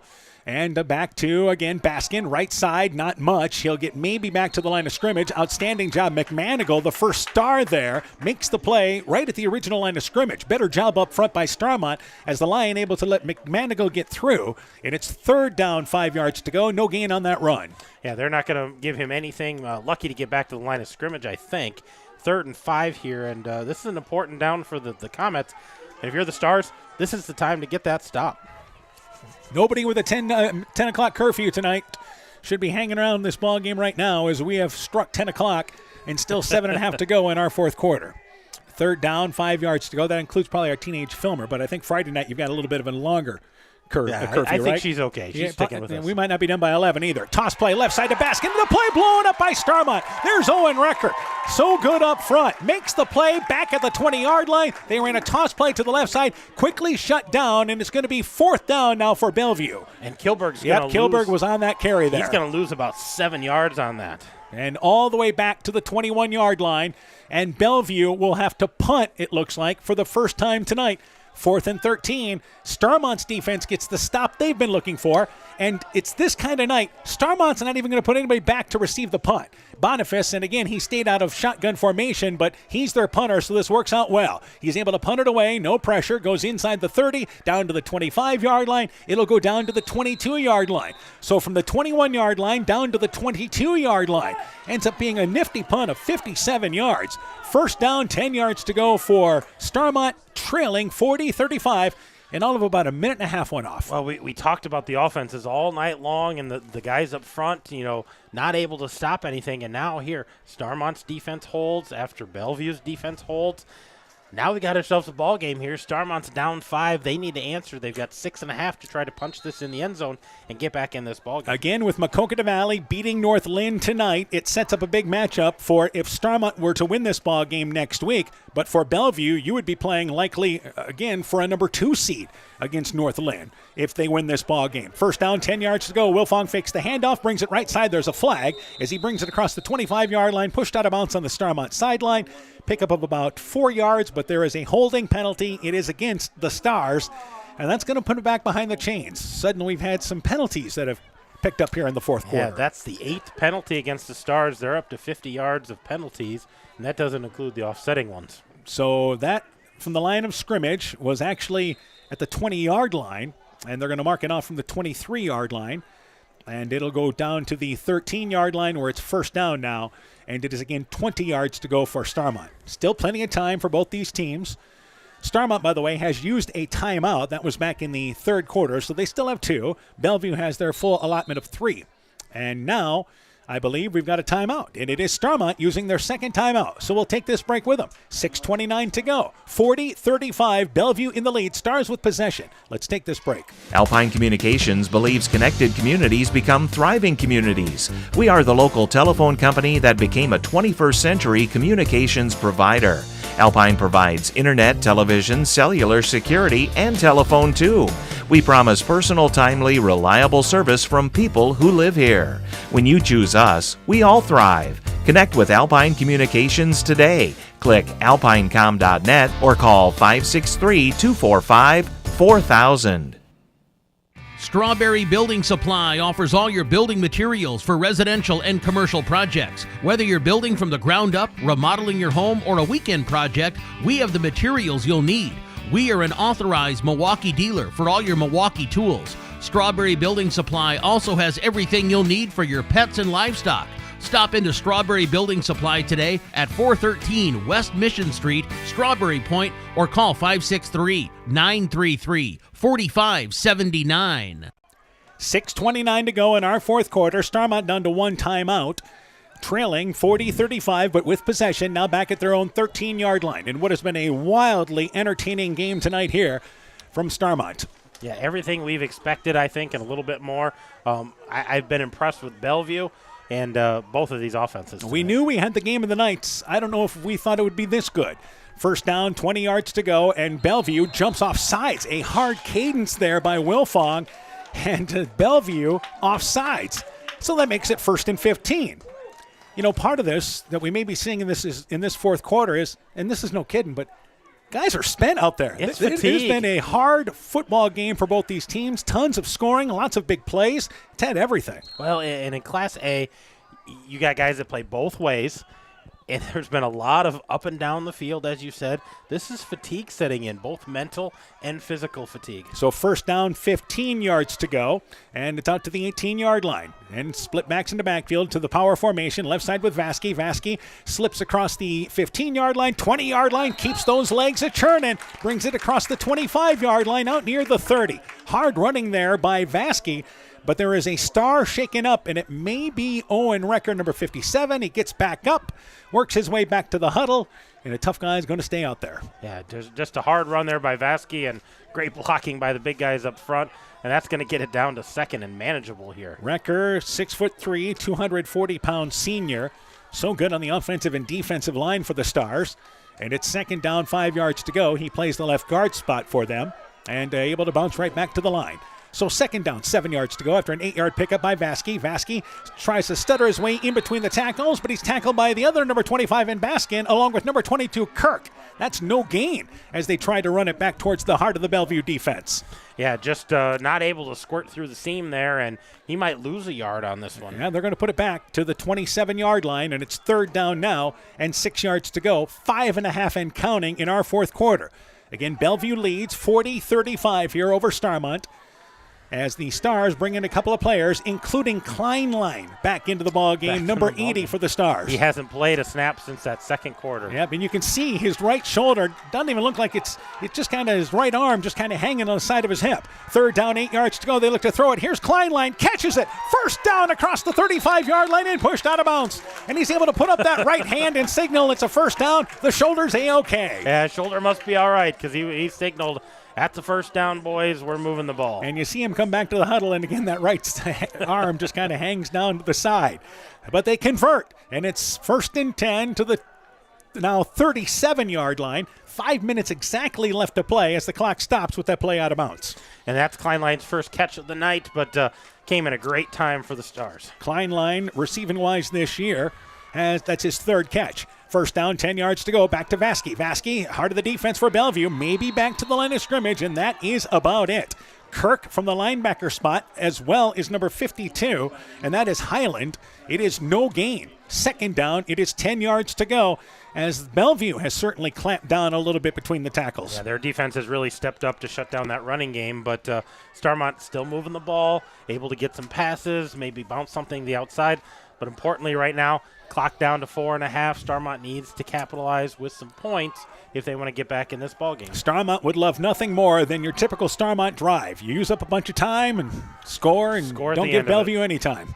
Second down, 10 yards to go. Back to pistol. And they're going to run it again. Vasky to the right side across the 40-yard line. He's got some open room inside Bellevue territory. Sprints ahead, 45-yard line, then leans ahead, dives towards the 40-yard line. They'll mark him inside the 42-yard line. But another first down run as they run it out of the spread. Yeah, another 22 yards there. A great pickup by Avery Vasky. He's been running hard all night long. And we'll go inside of 4 minutes here as Starmont on the drive down to the 41-yard line. So first down, 10 yards to go as Bellevue. You see a lot of guys, hands on their hips, but you also see that with Starmont in the huddle. Yeah, both sides they're going to be dog tired Back tonight. to the power formation. McManigal and Thomason in the backfield along with Vasky. They'll run it left side with Vasky. Couple of yards inside the 40-yard line. Middle of the field to the 38-yard line. He'll pick up 3. It is second down, 7 yards to go. Findlay up front making the stop there for the Comets. Give him 4 on that. Yeah, almost 4 yards on that. He just keeps pounding away and, might have a low gain, but then he breaks a big one for a first down. Keep pounding away, as you said, running clock and gaining yards. So now down inside 3:20 to go here in our fourth quarter. 2 receivers to the left, 2 to the right. Starmont back to spread. And in the pistol formation is going to be Wilfong, and Wilfong hands it off to Vasky. No, he's going to keep it. Brings it right side, 35-yard line. Feet taken out from underneath him at the 30-yard line, but good enough for first down yardage. Nice open field tackle there by number 5, and that again is Gilliams, but a first down run by Wilfong brings it to the 30-yard line. Yeah, an 8-yard run to get it to the 30, but the important part for Starmont, getting to the first down marker, moving the chains, keeping this drive alive. At the 30-yard line, clock picks up again after the chains are moved. First down, 10 yards to go. Stars operating from the right hash mark. Back to that power back formation. And on first and 10, they run it this time with Thomason. Thomason wrapped up from Kirk from behind, who went low. Thomason couldn't shake him. He'll fall inside the 30 to the 29-yard line. Again, Thomason hasn't had many touches tonight, but you're trying to keep Bellevue honest defensively. Yeah, they just wanted to give a different look there. And I tell you what, the one thing we haven't seen out of the Stars in a couple of possessions is that counterplay. Faking that lead and then giving it to the backside guy. That might be open with Bellevue flowing to the ball so well right now. Second down and 9 yards to go, and you start to think if you're Bellevue here, at some point you're going to have to start saving some clock perhaps. Yeah, they've got timeouts to use. Second down, 9 yards to go, and from the 29-yard line, toss play to Vasky. Vasky tripped up at the line of scrimmage. He'll be stopped short of the 30. There's Kirk staying low again. Highland there helping out make the play, and it's going to bring up third down and 10 yards to go. Probably a loss of a half a yard on that. Yeah, they're going to back him up probably a whole yard, put it back to the original line of scrimmage. So actually the ball was just inside the 30-yard line, so it goes back to the 30-yard line. So third down, 10 yards to go. We approach 90 seconds in our fourth quarter. So Starmont certainly in 4-down territory here. Remember, the Stars only have 1 timeout, so they need to score on this drive. 2 receivers to the right, 2 to the left, and it is Bellevue taking a timeout here with 1:34 to go in our fourth quarter. So Bellevue uses their first timeout. This isn't to save the clock here. This is to talk about what they want to do defensively. Yeah, absolutely. They know Starmont's got some momentum, but 3rd and 10 here. You know they're going to run 2 plays. They're in 4-down territory. They want to make sure everybody's on the same page of what we're focusing on and what we're expecting out of the Stars. After 5 touchdowns scored in the second quarter and 3 touchdowns scored in the third quarter, we've had only 1 score in this fourth quarter.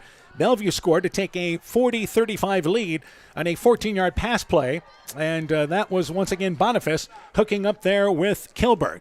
And the conversion run by Boniface makes it a 5-point lead. Now Starmont, after both teams exchanged punts, they're down to the 30-yard line, but looking at 3rd and 10. Yeah, this is a nice drive. Started on Starmont's 23 and, aided by some penalties, backed up by some penalties, but able to move the ball, a little on the ground, a little in the air. You could still run it here if you're Starmont. You're in 4-down territory. Absolutely. So 3rd down, 10 yards to go.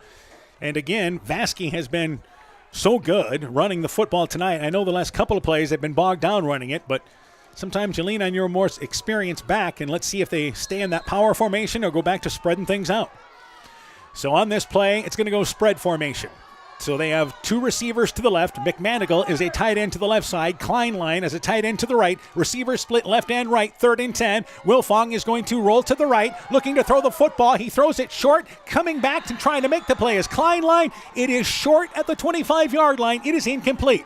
Highland in on the coverage, but that play for Wilfong rolling to the right never really had time to set. He ended up throwing it short on the near sideline. And now 4th down. Yeah, trying that little jump pass, just trying to get the ball out there and get it to Kleinlein and not able to get enough mustard. And they were looking down at about the 25-yard line, so it only would have been a gain of about 5 or 6 yards. But now for Starmont, this is your game right here. It is 4th down, 10 yards to go. Starmont out of timeouts, by the way. Yeah, and they need to know where the sticks are here. They have to get to the 1st down marker. They can't have anything short. And they will go back under center with split backs in the backfield. Receivers split left and right, and to throw the football is Wilfong. It's a screen play left side to McManigal. McManigal at the 35-yard line, tracked down from behind by Paulson, and he's down there at the 32-yard line, and it is Bellevue with 1:22 to go, getting a defensive stop on 4th down, and the Comets are going to win this game.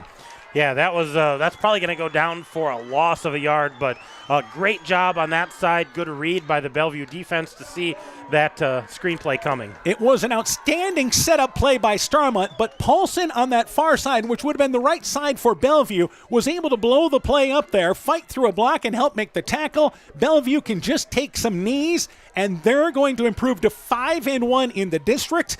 Set themselves up with a big matchup against North Lynn for 2nd place in the district next week. Starmont now falls 2 games back to Maquoketa Valley as they suffer just their 2nd district loss. Yeah, and this is going to hurt because now they're fighting for the postseason here. And there is Boniface taking a snap and taking a knee. He'll have to do it one more time. What a great effort for both these teams tonight.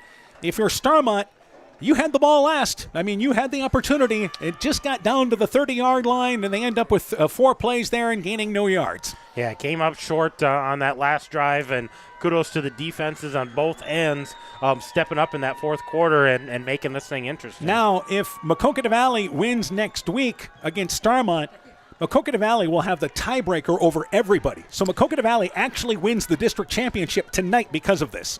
Yep, absolutely. Yep, you're right. Regardless of what happens next week. 2nd down, 12 yards to go for Boniface. It's one more snap. He takes a knee, and the game comes to an end. In a wild ball game on a late night here from Starmont, in a game that involved 10 lead changes, Bellevue comes into Starmont and wins a thriller 40-35. With the win, Bellevue improves to 5-2, 5-1 in the district. Meanwhile, Starmont drops to now with a record of 5-2 as well, and they are now also 4-2 now in the district. So Bellevue, by the way, 5-1 in the district.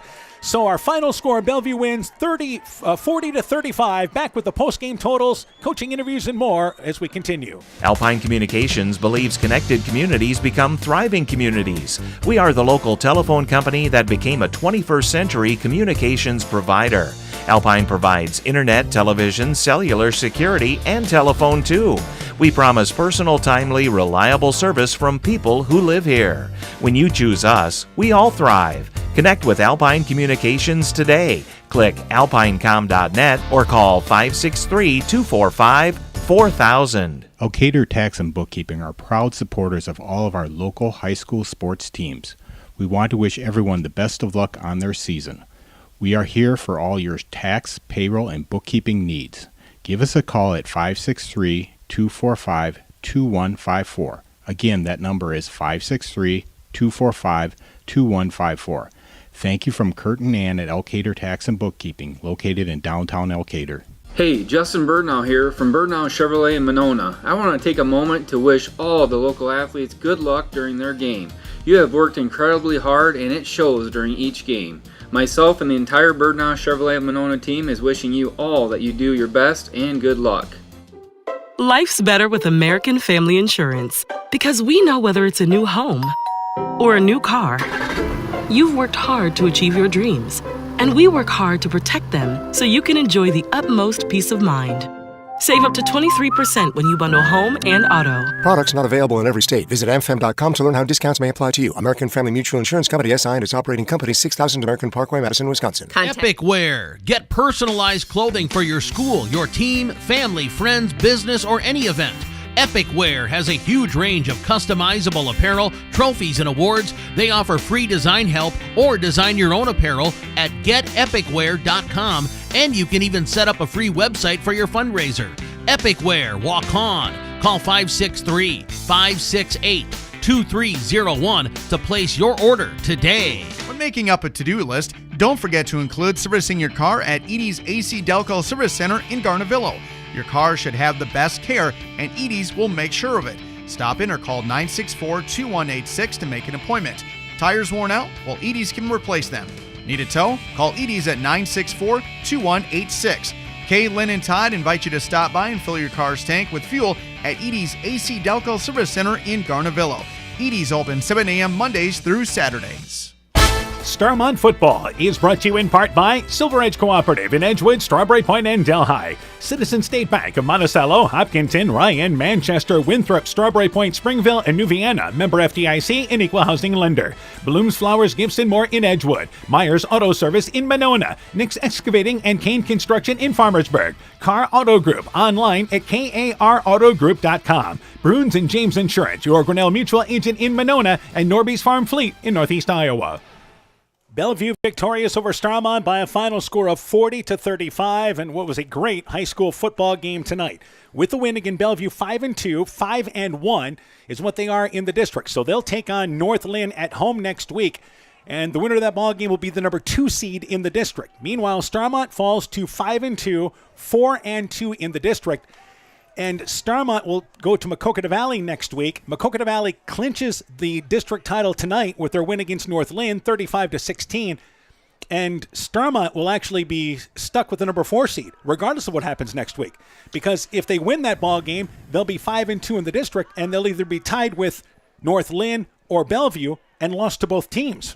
Because Mac Valley right now has... Mac Valley's got the tiebreaker over everybody. Because they don't have any losses, right, correct? And Starmont's got 2, so Starmont cannot catch Mac Valley. Yeah, even if Mac Valley loses, North Lynn's going to have... they're going to have the tiebreaker over North Lynn, so they're going to win the and district. they've got the tiebreaker over Bellevue. And they get the tiebreaker over Bellevue. Yeah, so Starmont now is locked into the number 4 seed. Yeah, they're going to be the 4th seed, so they're going to have to go on the road for the postseason. Yeah, regardless of what happens. So, again, this was a ball game, and I think both teams were playing as if their district title hopes were alive, in which they were coming into tonight's ball game. Let's go through the stats. Let's start with Bellevue. They win 40-35, the final score. Yeah, we're going to start in on the ground. Jaden Baskin leading the way. 26 carries, 91 yards, 2 touchdowns, a 3-yard and a 5-yard touchdown run.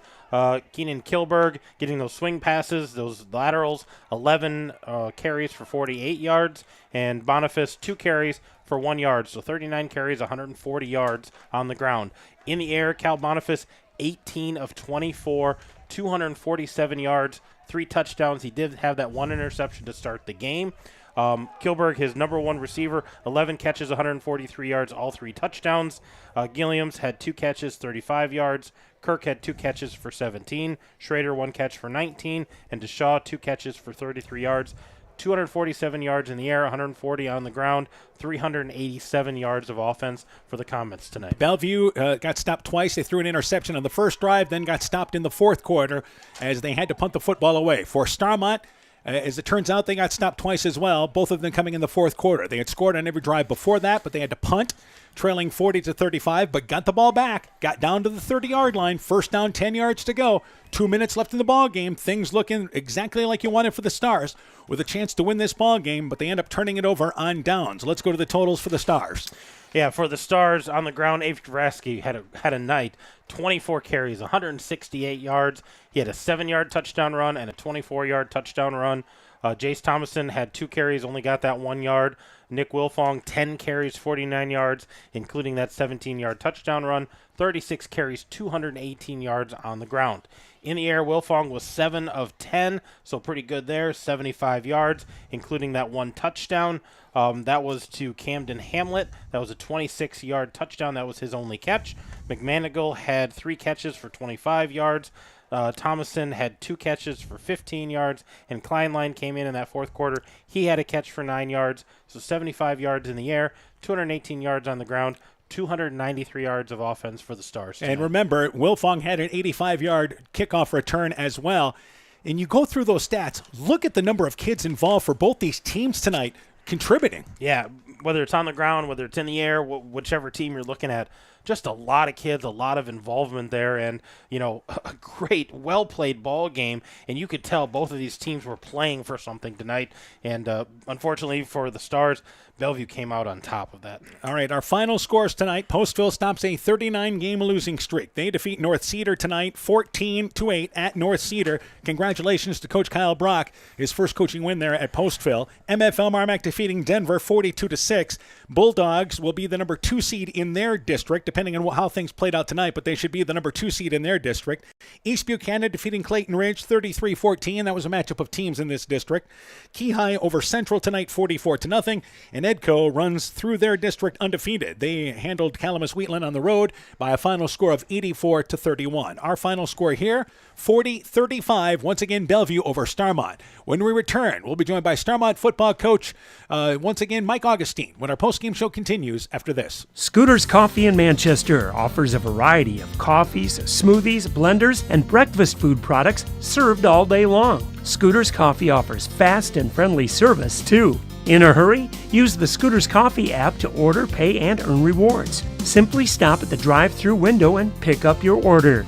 Scooters Coffee is open Monday through Saturday, 5:30 a.m. till 8 p.m. and Sunday, 6 a.m. till 8 p.m. We look forward to seeing you at Scooters Coffee in Manchester. It's back to school time and the fall sports season is underway. Hi, this is Dr. Jessica Wilkie from Family Dentistry Associates of Monona, and I am excited to announce the addition of Dr. Chase Bruner and Dr. Daphne Hafler to our team.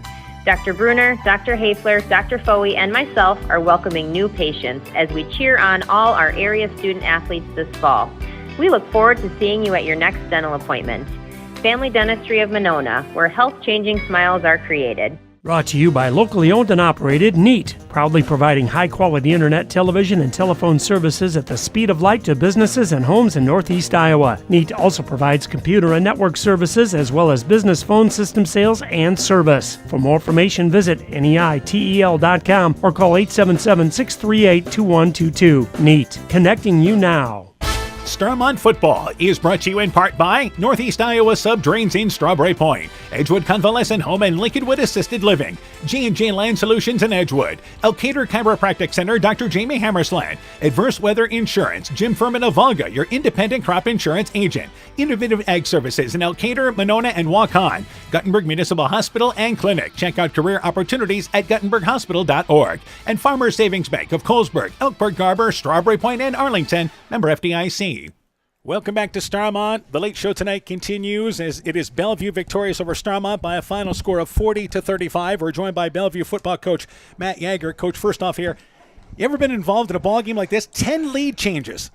Seems like every time we come up here, it is a back and forth game.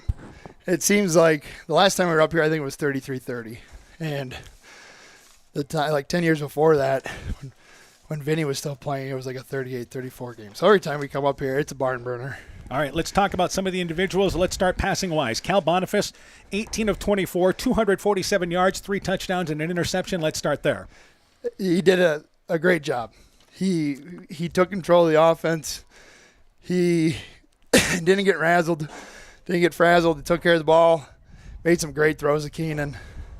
It was a great job. Let's talk about Kilberg. 11 receptions, 143 yards. I believe he had 3 of your touchdowns, correct? I think so, too. Yep. He's a strong player that way. He gets after it. He that one before half was amazing. That was a great play. That was huge for us. Yeah, and the final 2 seconds of the half gave you the lead there at the half. But obviously you had some other guys contribute in this ball game. Jaden Baskin, again, tough yards in this ball game, and Kilberg actually added some rushing yards for you too. Yeah, Jaden Baskins ran really, really hard this game. It was amazing. It was a great overall performance. He got after it there. You know, we knew it was going to be hard running against Starmont. They have some really tough kids on defense, and he put his head down and got to work. All right, let's talk a little bit about the final play there on 4th down for Starmont. What were you guys looking to do defensively? We were looking with Vasky there. He is such a threat that if, you know, 10 yards is nothing for them. So we had to stuff the middle with our D-line, but then we also needed to play tight coverage on the outside. So we took a gamble, had our D-line in tight for run, and we played man coverage, and we were able to get the stop. It was huge. Yeah, I believe Paulson ends up with the tackle there. Read things well, right near yards the sideline there.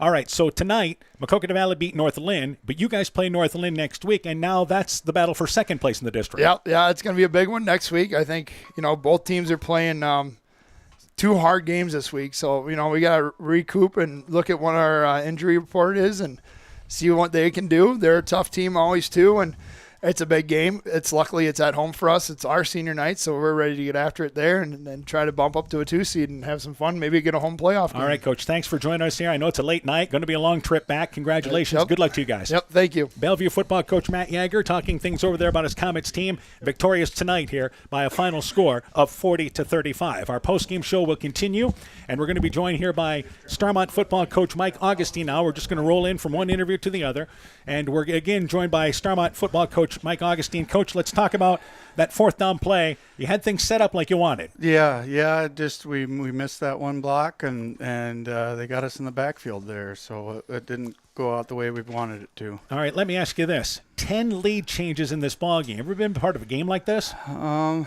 that I can remember. So. It was definitely a hard-fought game. Bellevue, they're a well-coached team, and we knew it was going to be a 48-minute battle. Yeah, it ended up certainly being that. All right, let's talk about individuals. Avery Vasky, tough night tonight. I mean, running hard, 24 rushes, 168 yards, and a couple of touchdowns. Yeah, Avery's been our workhorse this year, and he loves the contact. He loves the challenge, and he's just a good, solid football player. Yeah, Nick Wolfong had a great game. Rushed for a touchdown, threw for a touchdown, returned a kick for a touchdown. Yeah, he had the trifecta there.